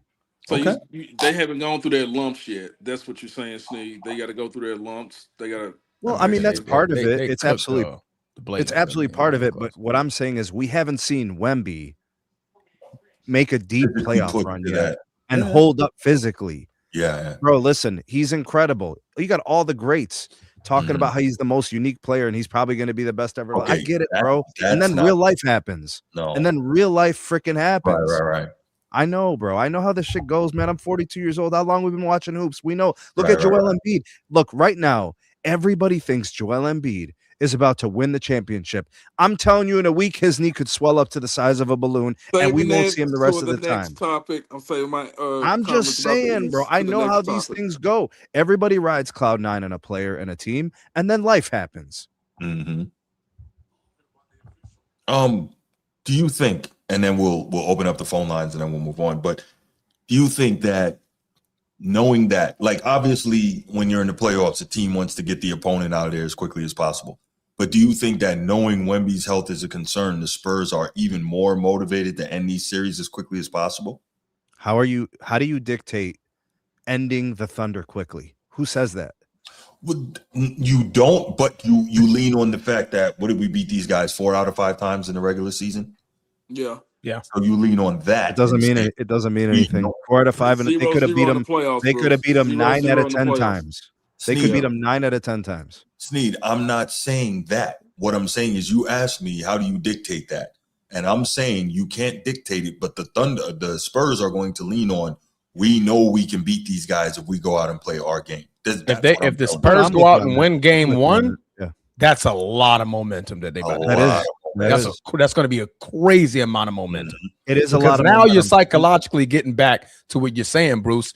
Damn, they beat us 4 out of 5 times, and they stole game one. Right? Hold on a second. Last year, an unproven Thunder team went into Indiana and took games in Indiana when they were down 2-1. I'm just saying, you know what I'm saying? That was an unproven commodity. The Thunder hadn't proven anything. They went into Indiana and they won games. That's all I'm going to say. I got it. And I'm not mad at that. I'm just, right now we're just discussing possibilities and I'm answering questions that you're asking me. The possibilities are incredible. When they won 4 out of 5, was Jalen Williams hurt out of those games? I think he missed like 2 or 3 of them. I think he played in maybe 2 of them. Okay. This year? Yeah, Jalen. Versus the Spurs. I don't think J-Dub played 30 games this year. I think he played just about 30 games this year. Yeah, he didn't play much this year. I think it was about 28, 30 games. Every time he comes back, he gets nicked up again. So yeah. Spelled Jalen, not Jalen Brown. Jalen Williams. Let me see. He played 33 games. It was around 30. Yeah. Good job. Every time I watched the Thunder, he was in street clothes. Yeah, for sure. Yeah. He's been out since April 23rd with the hamstring strain, which has kept Luke out for about a month. Okay. Let's take a couple calls, y'all. 904-219-8264. 904-219-8264. Are the Thunder and the Spurs a guaranteed Western Conference Finals matchup? If so, how long do you think each series is going to go? Give us your take. Man, everybody wants a 7-game Spurs Thunder series, bro. I mean, it'll be box office. You know what I'm saying? They got to think Big Papa NFL about to step in soon. Right. Got to get as much money as you can out of this thing. Yeah, I don't want 6 or 7 blowouts. I want some games that, close. It's down to the last couple possessions, down to the last couple minutes. Agreed. Yes. Yeah. What up, Bruce? Hello. How are you? Hey, man, great show, by the way. I want to say that, first of all, man. Hey, man, y'all counting the Lakers out too soon. Y'all counting Minnesota Timberwolves out too soon. They tough as nails. Y'all just placing in the name with y'all goddamn Nostradamus on this goddamn show. Man, that's what I'm saying, y'all. I don't want to be a prisoner of the moment. Listen. Let me say this, man. It's the playoffs, man. Anything, somebody might get nicked. Anything, injury, motherfucker blow their knee out in one of the favorite teams. I won't be surprised if Lakers win this series. I will be 100,000% surprised. I won't be surprised if the Lakers win the series. I will be in joy. I'm trying to think, how can they though? Like, there's no way. Like injuries. I'm just saying, I don't want to predict the injuries, but how though? Like, number one, how? Okay. The number one thing they have the Alpha and Omega on it. I knew it. I knew he was going to say that. I could have bet money. What are we talking here? We had the Alpha and the Omega on this team who has been playing well throughout this playoff. Okay. That was the Rockets. A second, but how many turnovers did LeBron have in this series? Nobody didn't. Nah, dude. Let me talk. They still was not the favorite in the series. Then we got a highly, highly underrated young man named Rui Hachimura, who's goddamn turned into the second coming of Kawhi Leonard on his jumper. Seems like he's knocking everything down. Now, okay, boom. You got Austin Reeves back who could give you 30 or 40. Okay. So you got Thunder? Marcus You gonna drop 30, 40 on the Thunder? He don't have to. He's a bucket. He's a bucket. Lou Dort's gonna let Austin Reeves score 30 or 40? There you go. You just know it all, shit, man. Like you said, that's a serious question. I'm just saying, brother. Let me talk, brother. I know other guys when they get in, brother. Let me finish my soliloquy. So you got one of the guys. You got Marcus Smart, who's one of the highest basketball IQs in basketball. I don't care what y'all say about if he don't or he do, but he do. Okay, you got a tough Luke Kennard who, if you leave him open, you know what's going to happen. I think basically they match up. Think about this. Okay, OKC there's an engine down there. I get it, but if you look past SGA and Chet, I think the J Dub's hurt. I think that's all they got is really his role guy. I want to know is SGA locking anybody up though? Okay, she got a lot of role guys. Was this just CGA? Well, you got Chet. Who else behind that can really get a bucket on their own? I won't be surprised if the Lakers win this series, brother. It's possible. Anything's possible, bro. Obviously, we just didn't see the same Lakers team get ran out of the gym by Minnesota last year. They did. Obviously, we didn't see that, because if you think that we're going to keep up with these young boys running up and down that floor for at best 6 games. It's really good you said it and not me, because everybody out here hates my guts, but at least you're telling the truth. And nobody out obviously here didn't see Minnesota do the same thing that OKC is about to do. Run them out the gym. What did LeBron just say when RJ Barrett hit that game-winning shot? What did he say? Barrett. He said, shout out to RJ Barrett. Thank you. You know why he said that? LeBron is tired. Houston couldn't do what Minnesota did. That's run them out the gym. OKC can run you out the gym. They play tough defense. They switch on everything. I mean, they don't switch on everything. They'll fight that pick and roll all day. They'll fight through that pick and roll all day. They can switch it, Transformer. They can switch it. I'm just saying they don't need to.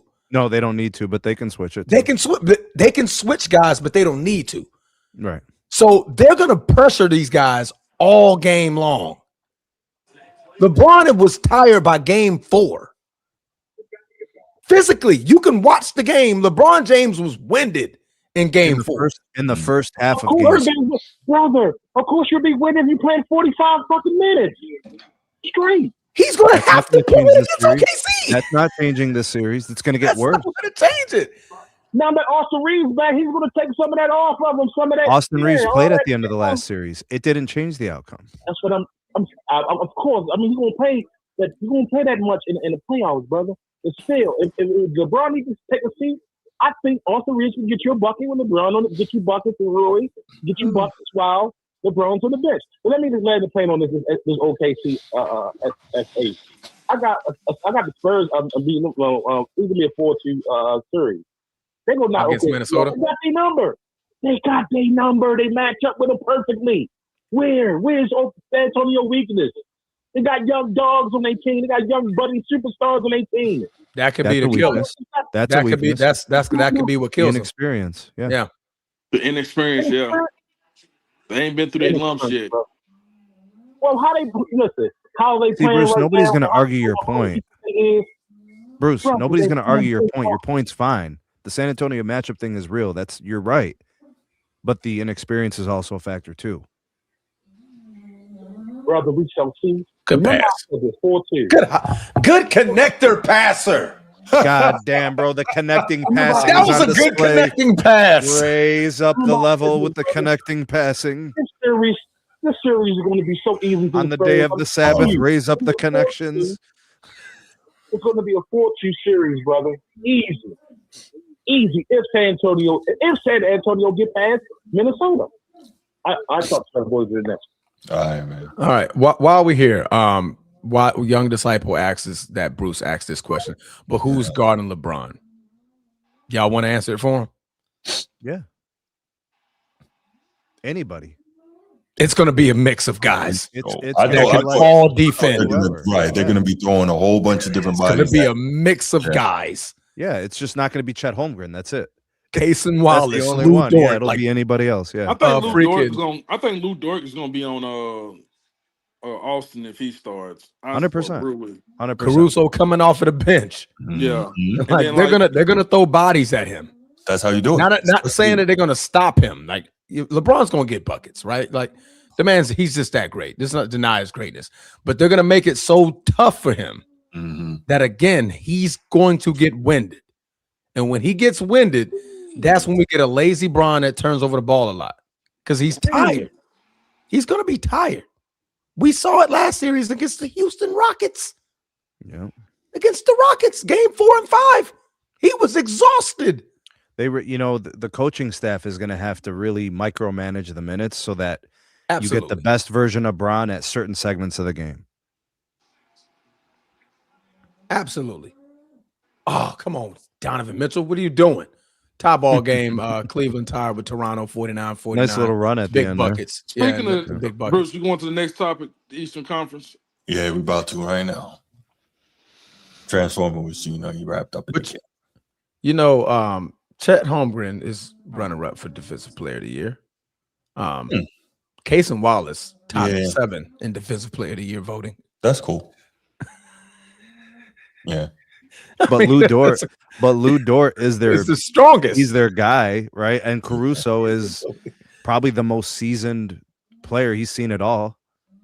I see y'all naming all those guys, but y'all not naming SGA. And why is that? Because he doesn't need to be. His role on the team is not to shut down the other team's best players. It's not his role. Bruce, I'm asking a question. Y'all are letting Ed Dog try to walk you into this pungy pit. There's no punch he can throw about SGA. He doesn't need to be. No, but here's the difference, though. No. Don't let that go just like that. What Ed Dog is doing is trying to get to some false equivalency that SGA is as poor a defender as freaking Jokic is. Not even close. They don't hide SGA. What I'm trying to figure out. No, they do not. They don't. What I'm trying to figure out is when did the OKC Thunder lose games because SGA's defense? Oh no, I give you that, Sneak. I give you that. He got Casey Wallace, Lou Dort. No. But when did they lose? Hold on. When did they lose a game because of his defense? Because the Nuggets have lost games because of Joker's defense. None of them. I'm just saying. Hey, I'm just asking a question. Just asking. Just asking. Man doesn't need to be, y'all. He don't need to be. That's what you call good coaching and a great team. Transformer. He is going to text me this crap all night long. Don't let him get away with this. Hold on a second. I'm just saying because his question was, what does Shea have to do? He doesn't have to do much on defense. Hold on, Eddie. Is SGA a bad defender? I wouldn't say he's a bad defender, but it's not like he just in the crouch, just doing everything. Do you know that he makes when he's off the floor, they're plus 25 on their and when he's on the floor, they're plus 21. What do you care? Yeah. It's in there now. You know what he's trying to do. Y'all know what Ed Hold on a second. Hold on. If we do ratings, let's rate players' defense, right? Let's keep it simple. Let's make 1 bad and 5 excellent. What do you rate SGA as a defender? 3.5. I was giving 4. I give Luka 2. I mean, Eddie knows what's up, bro. He's just trolling, bro. Eddie's trolling. I give Jokic a -5. I wouldn't give Jokic a -5. -3 then? -3 good? No, I give him a 1 because defensive rebounds is part of defense. And oh my God! I'm just saying. I'm just saying. I know that everybody gonna say you got to protect the rim and everything, but hey, it's not just about that. Ed Dog. He gonna give him 1 because of the defensive rebound. The biggest problem. He don't play no defense. That's a 1. The biggest problem. Hey, it's called offensive rebounds and defensive rebounds. I'm just saying. Just saying. Hey, Bruce, he basically saying before the ball go in the air, Jokic ain't playing no defense. Yeah. But when the ball's in the air, Jokic will play some defense to get the rebound. Bruce, you can do these little corny knee pad jokes all you want to. You know what I'm saying? You need to make some for Jaylen Brown, but it's all good. Yo, we do have to make some ones for Jaylen Brown. Come on, Bruce. You got to make those. You got to make some for Jaylen Brown too. You know what I'm saying? I don't know. Because Steve, I'm telling you, bro, I got everything saved in my phone. This man was messaging me about Jaylen Brown was going to do this and do that. You know what I mean? No, I said I believed he was going to get it done, and I sat here And was you not sending me emojis of Jaylen Brown? Yes or no? Oh yeah, I was having fun with that. Okay, then. So let's keep going. Hold on a second, bro. You don't think Jaylen Brown's a fantastic player? I ain't say he wasn't, but I'm just saying though. I got harassed. No, I got harassed you know about Jaylen Brown. Issue with Jaylen Brown. You know what it is. Hold on. I got harassed about Jaylen Brown all during the season, and even the playoffs.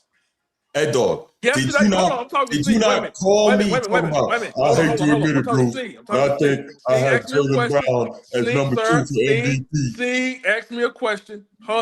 Now, again, Steve, yesterday, Game 7, I did not bother this man at all. I was talking to my brother. I said, bro, I'm not gonna give him the energy that he gave me when the Joker lost. I said I would talk to him tomorrow. That's all I said. Didn't bother him. He was hot and bother pause when the Joker lost. I ain't give him that energy. You know what I'm saying? When Jaylen Brown. Hey Eddie, I'm curious. I'm curious. You saw the games. If you had to put a percentage on the ownership of the loss for the Nuggets to the Wolves, like put a percentage on how much of that was on Joker and his performance. Man, I can't give him, man. I got to at least give him between 60 to 70%, man. He was still okay. So I'm going to give him 50%, and I'm going to give the other 50% to Murray. Okay. You know what I'm saying? I think that's a little bit more fair. Who's this for? Is that for Snead or that's for me, Bruce? Which one? Because I said 70 to 60. Yeah, I think it's about 50. I think it's about 50-50. I expected Murray to be a little better. It is 70. All right, now for the Celtics, would you say that their series loss? What percentage would you put on Jaylen Brown? I got to keep the same energy. If he's the star, I would have gave him a big chunk of the credit if they won. So he got to be 60-70%. He did what he could, but I have to be consistent in how I would handle that when it's anyone else. Captain spoke. Yeah.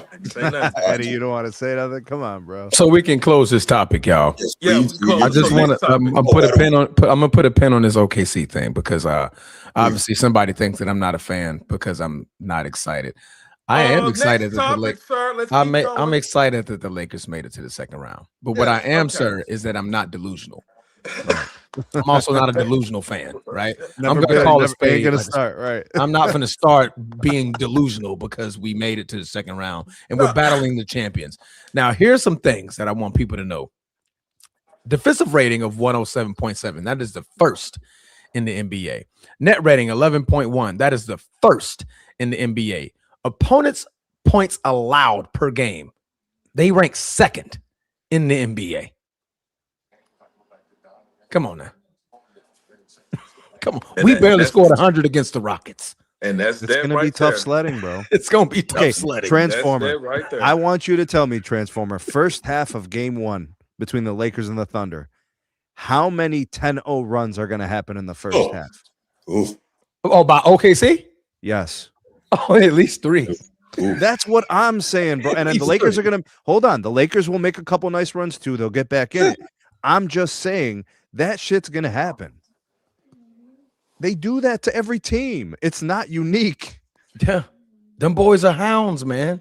Yeah. They run. They run and gun. If you look at how quick they run a break, you don't see teams that have a competition within themselves on who gets the most steals. That's a competition on their team. They talk about all the time. Yeah. We're competing to see who gets the most steals. So we're hounding you all game because I don't want him to get more steals than me. Yeah. That's a defensive tendency. And the guys ain't good against the Transformer defense like that. The guys that are off the bench come in with the same tenacity, and aggression and mindset as the guys who start. Yeah. It's just the facts, man. But go ahead, man. Eastern Conference champ. Yeah. One more thing. Ed Dog, the Thunder are better with SGA on the floor. I'm a fan, baby. They are better defensively with SGA on the floor. So, you know. The memorabilia is in. Yeah, just check that news. They are 7 points better defensively when SGA is playing. So, you know. Is he guarding the best the Oh my gosh. Okay, Bruce, let's move on. Let's move on. Yeah, let's do that. All right. Eastern Conference. Let's keep going. Transformer, you got this, man? Eastern Conference champion. Yeah. So obviously, we know it's not going to be Boston. Yeah. Okay, I Don't let you know I'm a Laker fan. Y'all want to talk about me being a Laker fan? I'm talking my shit right now. I deserve that. Lakers still in it, bro. Lakers in it. The Lakers are still in it. Oh, they won the championship of the losers this year. Yeah. But anyway.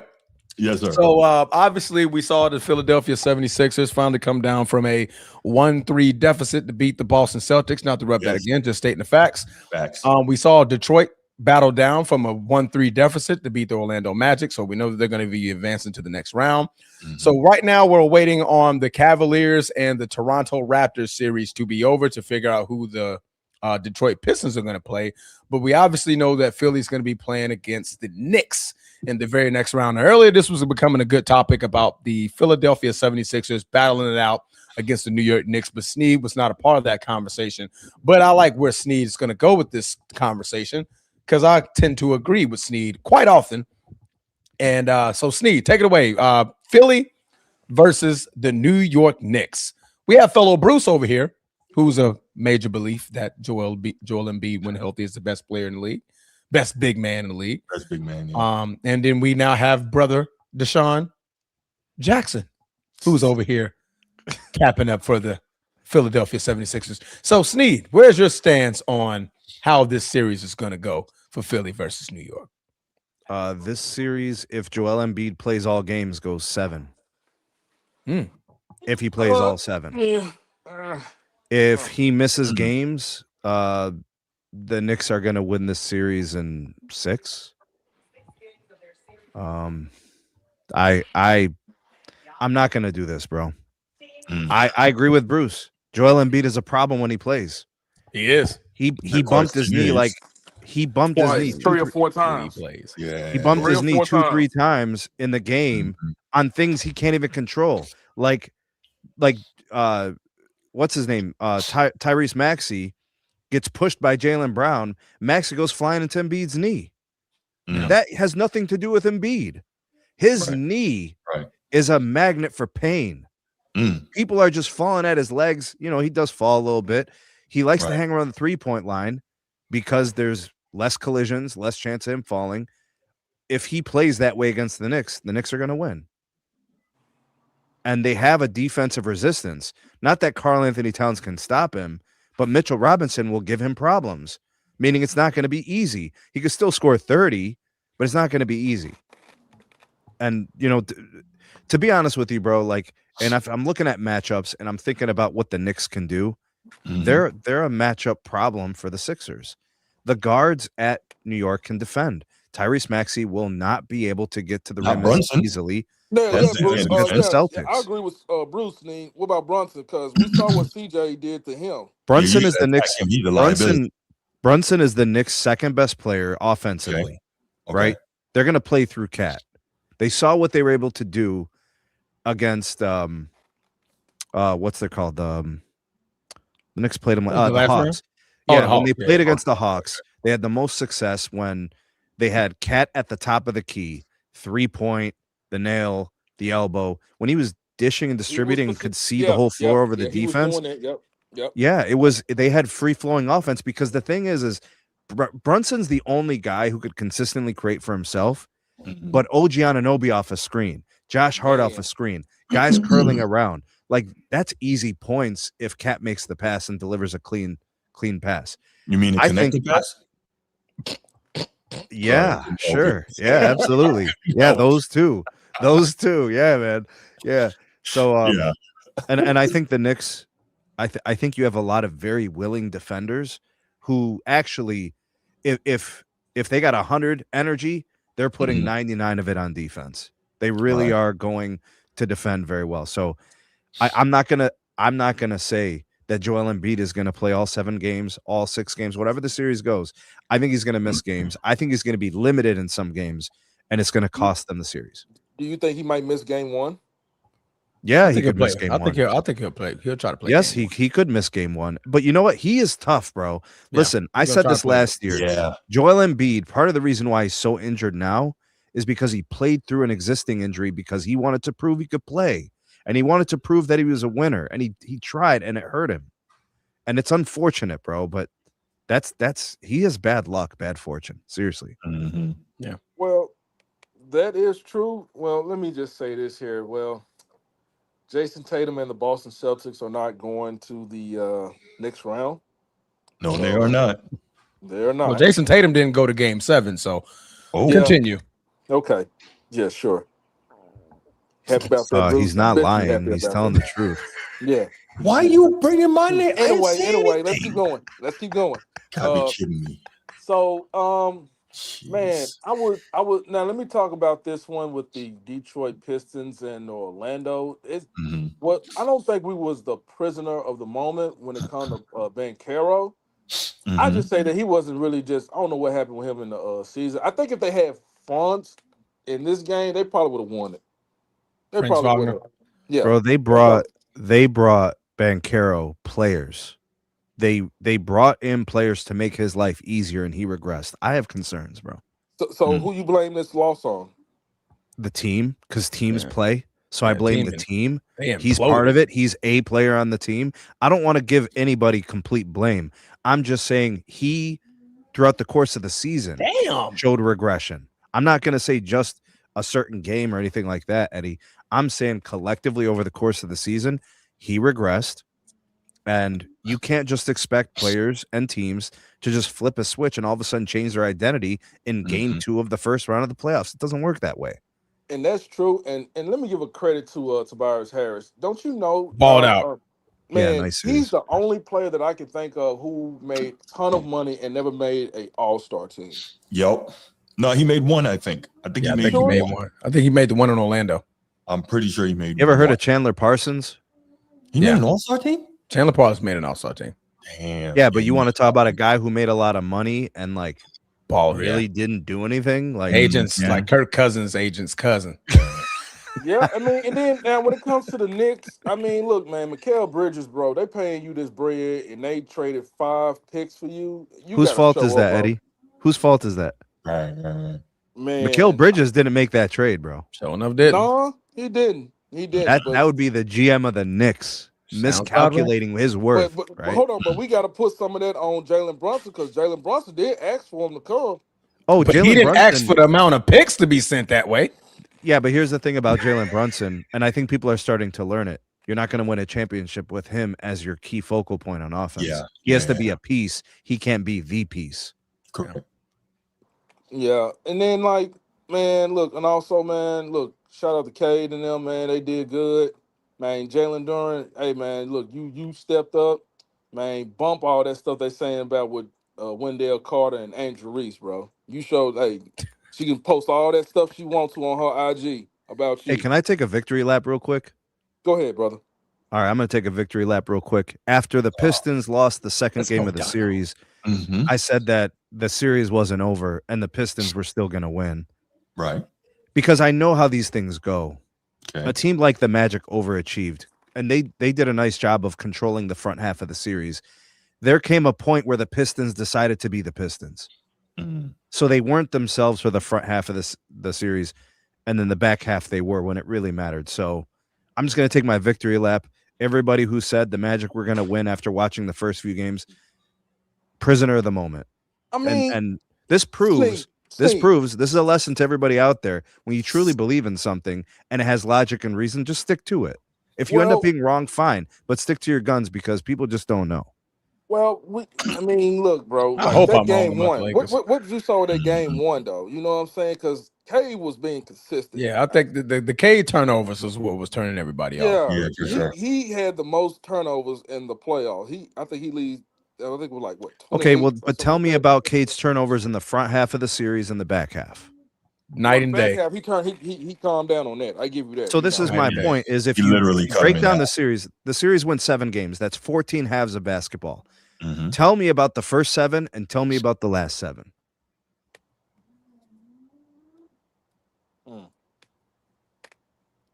Adjustments. Adjustments were made. You know, the Pistons definitely and Cade made adjustments, and they fixed whatever was ailing them the front half of the series. Reason why Bickerstaff is coach of the year. But you know, right? Man, look, playoffs don't count, man. I know. I'm just saying. You know, the reason why he's in there. I got you. Okay, when he's in there, yeah. But look, man, I'll nip the book to the side. I would say the coach of the year would be the Toronto Raptors head coach. Did nobody see what we seeing right now? I really thought. Why don't you throw in Thiago Splitter? Yeah. Actually, everybody said the Portland Trailblazers were going to be one of the worst teams in the NBA. I mean, the Raptors weren't supposed to be the worst, but they weren't supposed to be this good. But the Blazers were supposed to be like the worst. Them and the Suns were supposed to finish last and second last in the West. Yeah.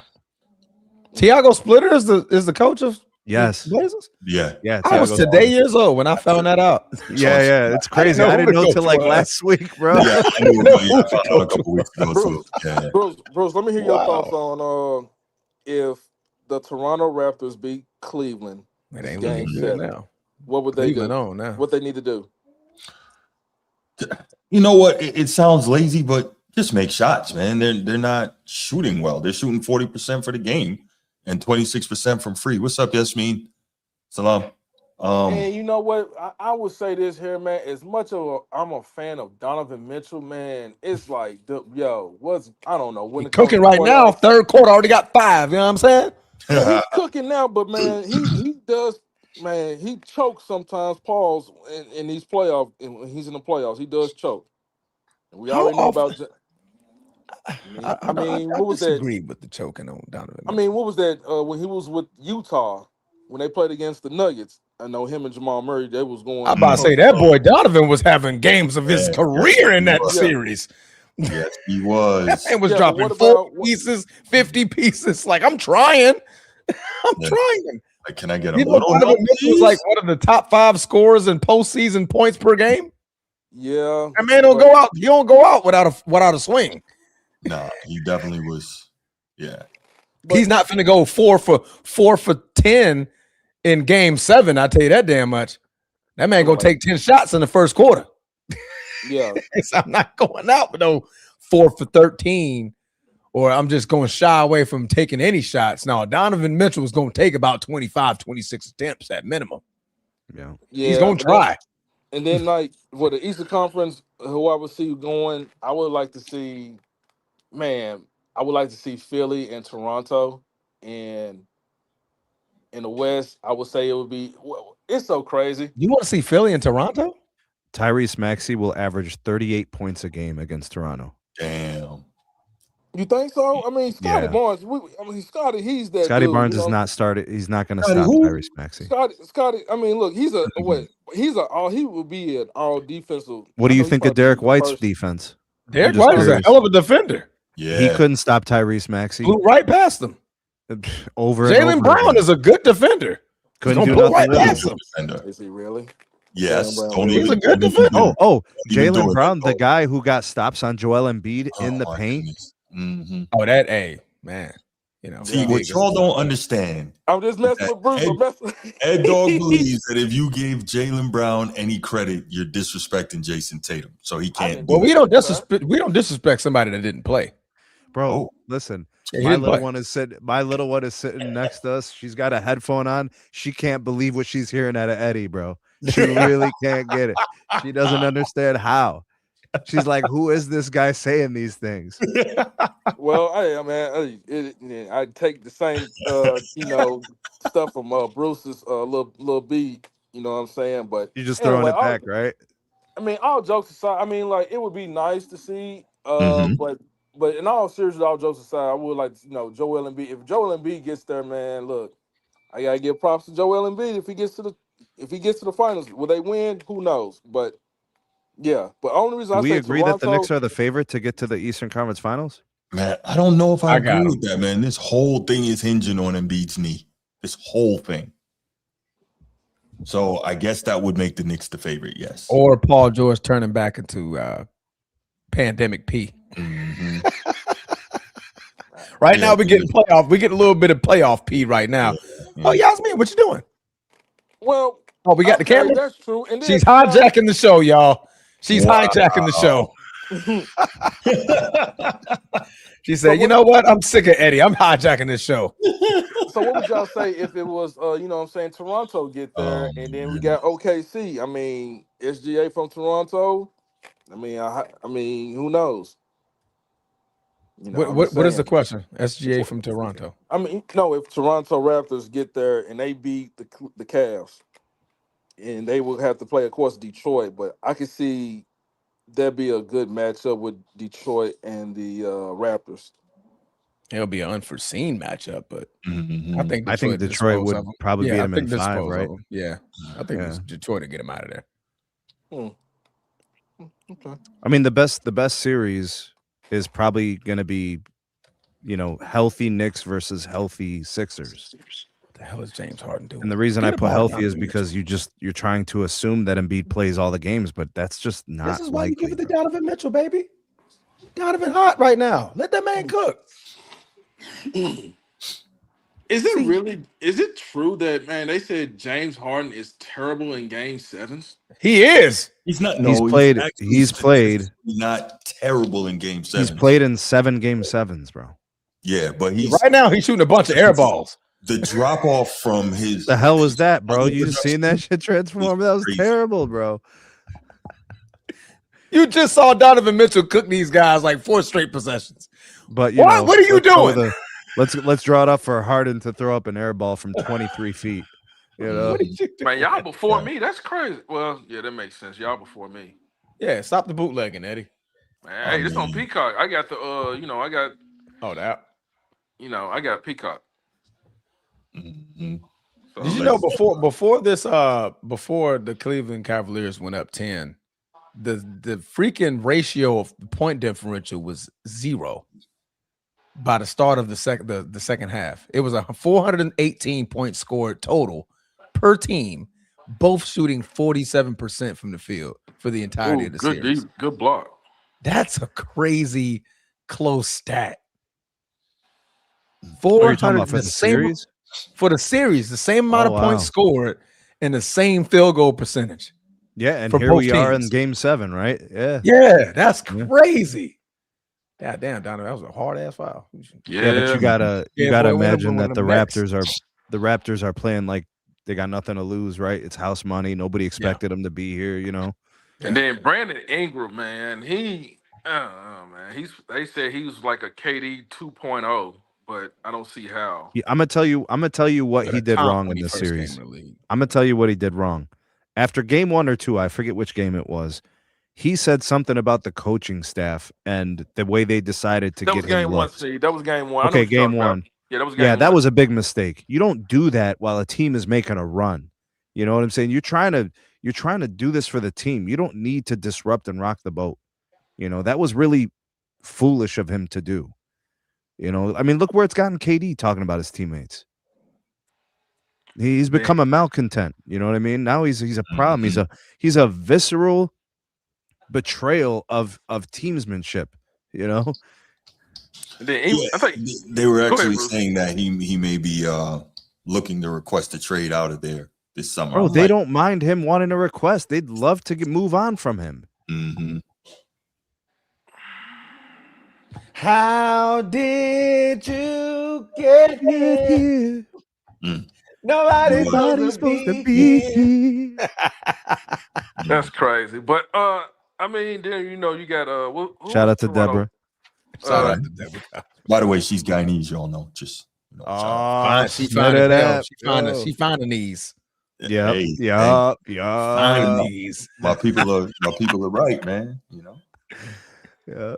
Finding these niggas. That's crazy.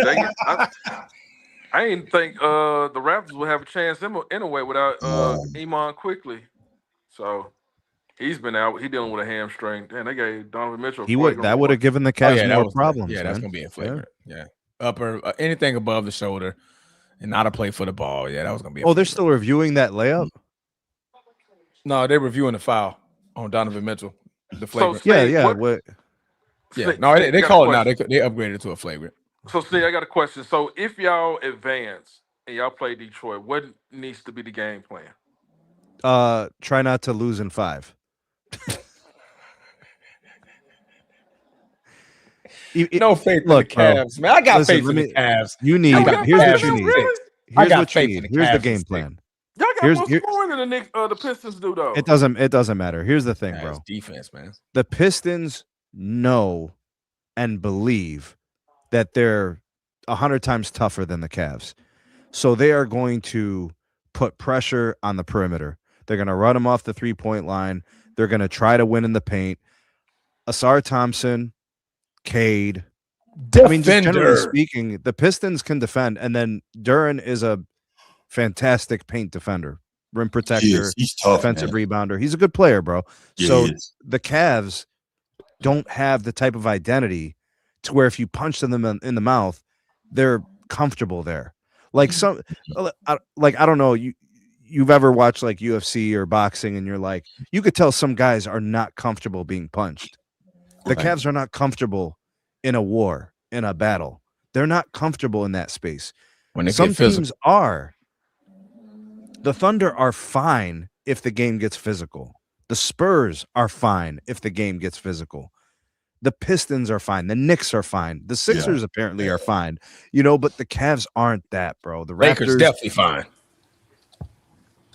Oh God, look at Transformer. Turned right around when he said it. Look at him. He just disappeared, bro. Look at him. Say down there? What you say? Yeah. The Cavs would get bullied for long stretches of the games. Now, if the Cavs are hitting shots, then it doesn't matter how tough the Pistons are. But chances are they're going to make the Cavs miss some shots, and it's going to be some serious problems for the Cavs against the Pistons.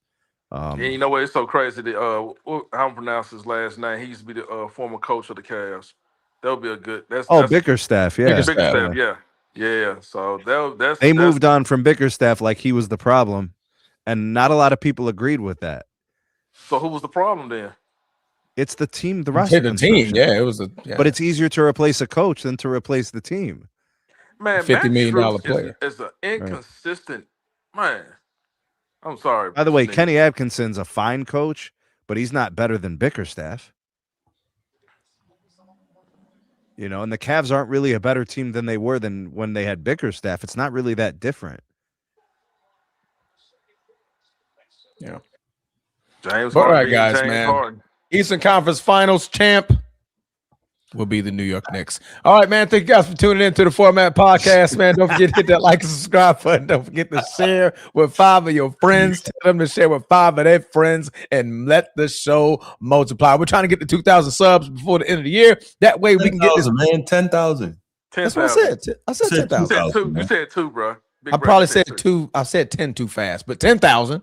10,000 subscribers by the end of the year. That way we can open up this Patreon and we can finally let Steve, the king of the chat, be Steve in the Patreon, because he's been ghost because he can't be Steve on the Format Podcast. So salute to Steve, man. Salute to Steve. Yeah, Steve got a lot going on right now. Absolutely. All right, y'all, man. It's good chatting with you, man. Be a no doubt, man. Steve. Appreciate you being here, dog. You be you. I don't need you to harass. You can't harass me no more. This, you know what I'm saying? So it is what it is. Right. All right, man. Water. All right, brother. All right, and we out. Peace.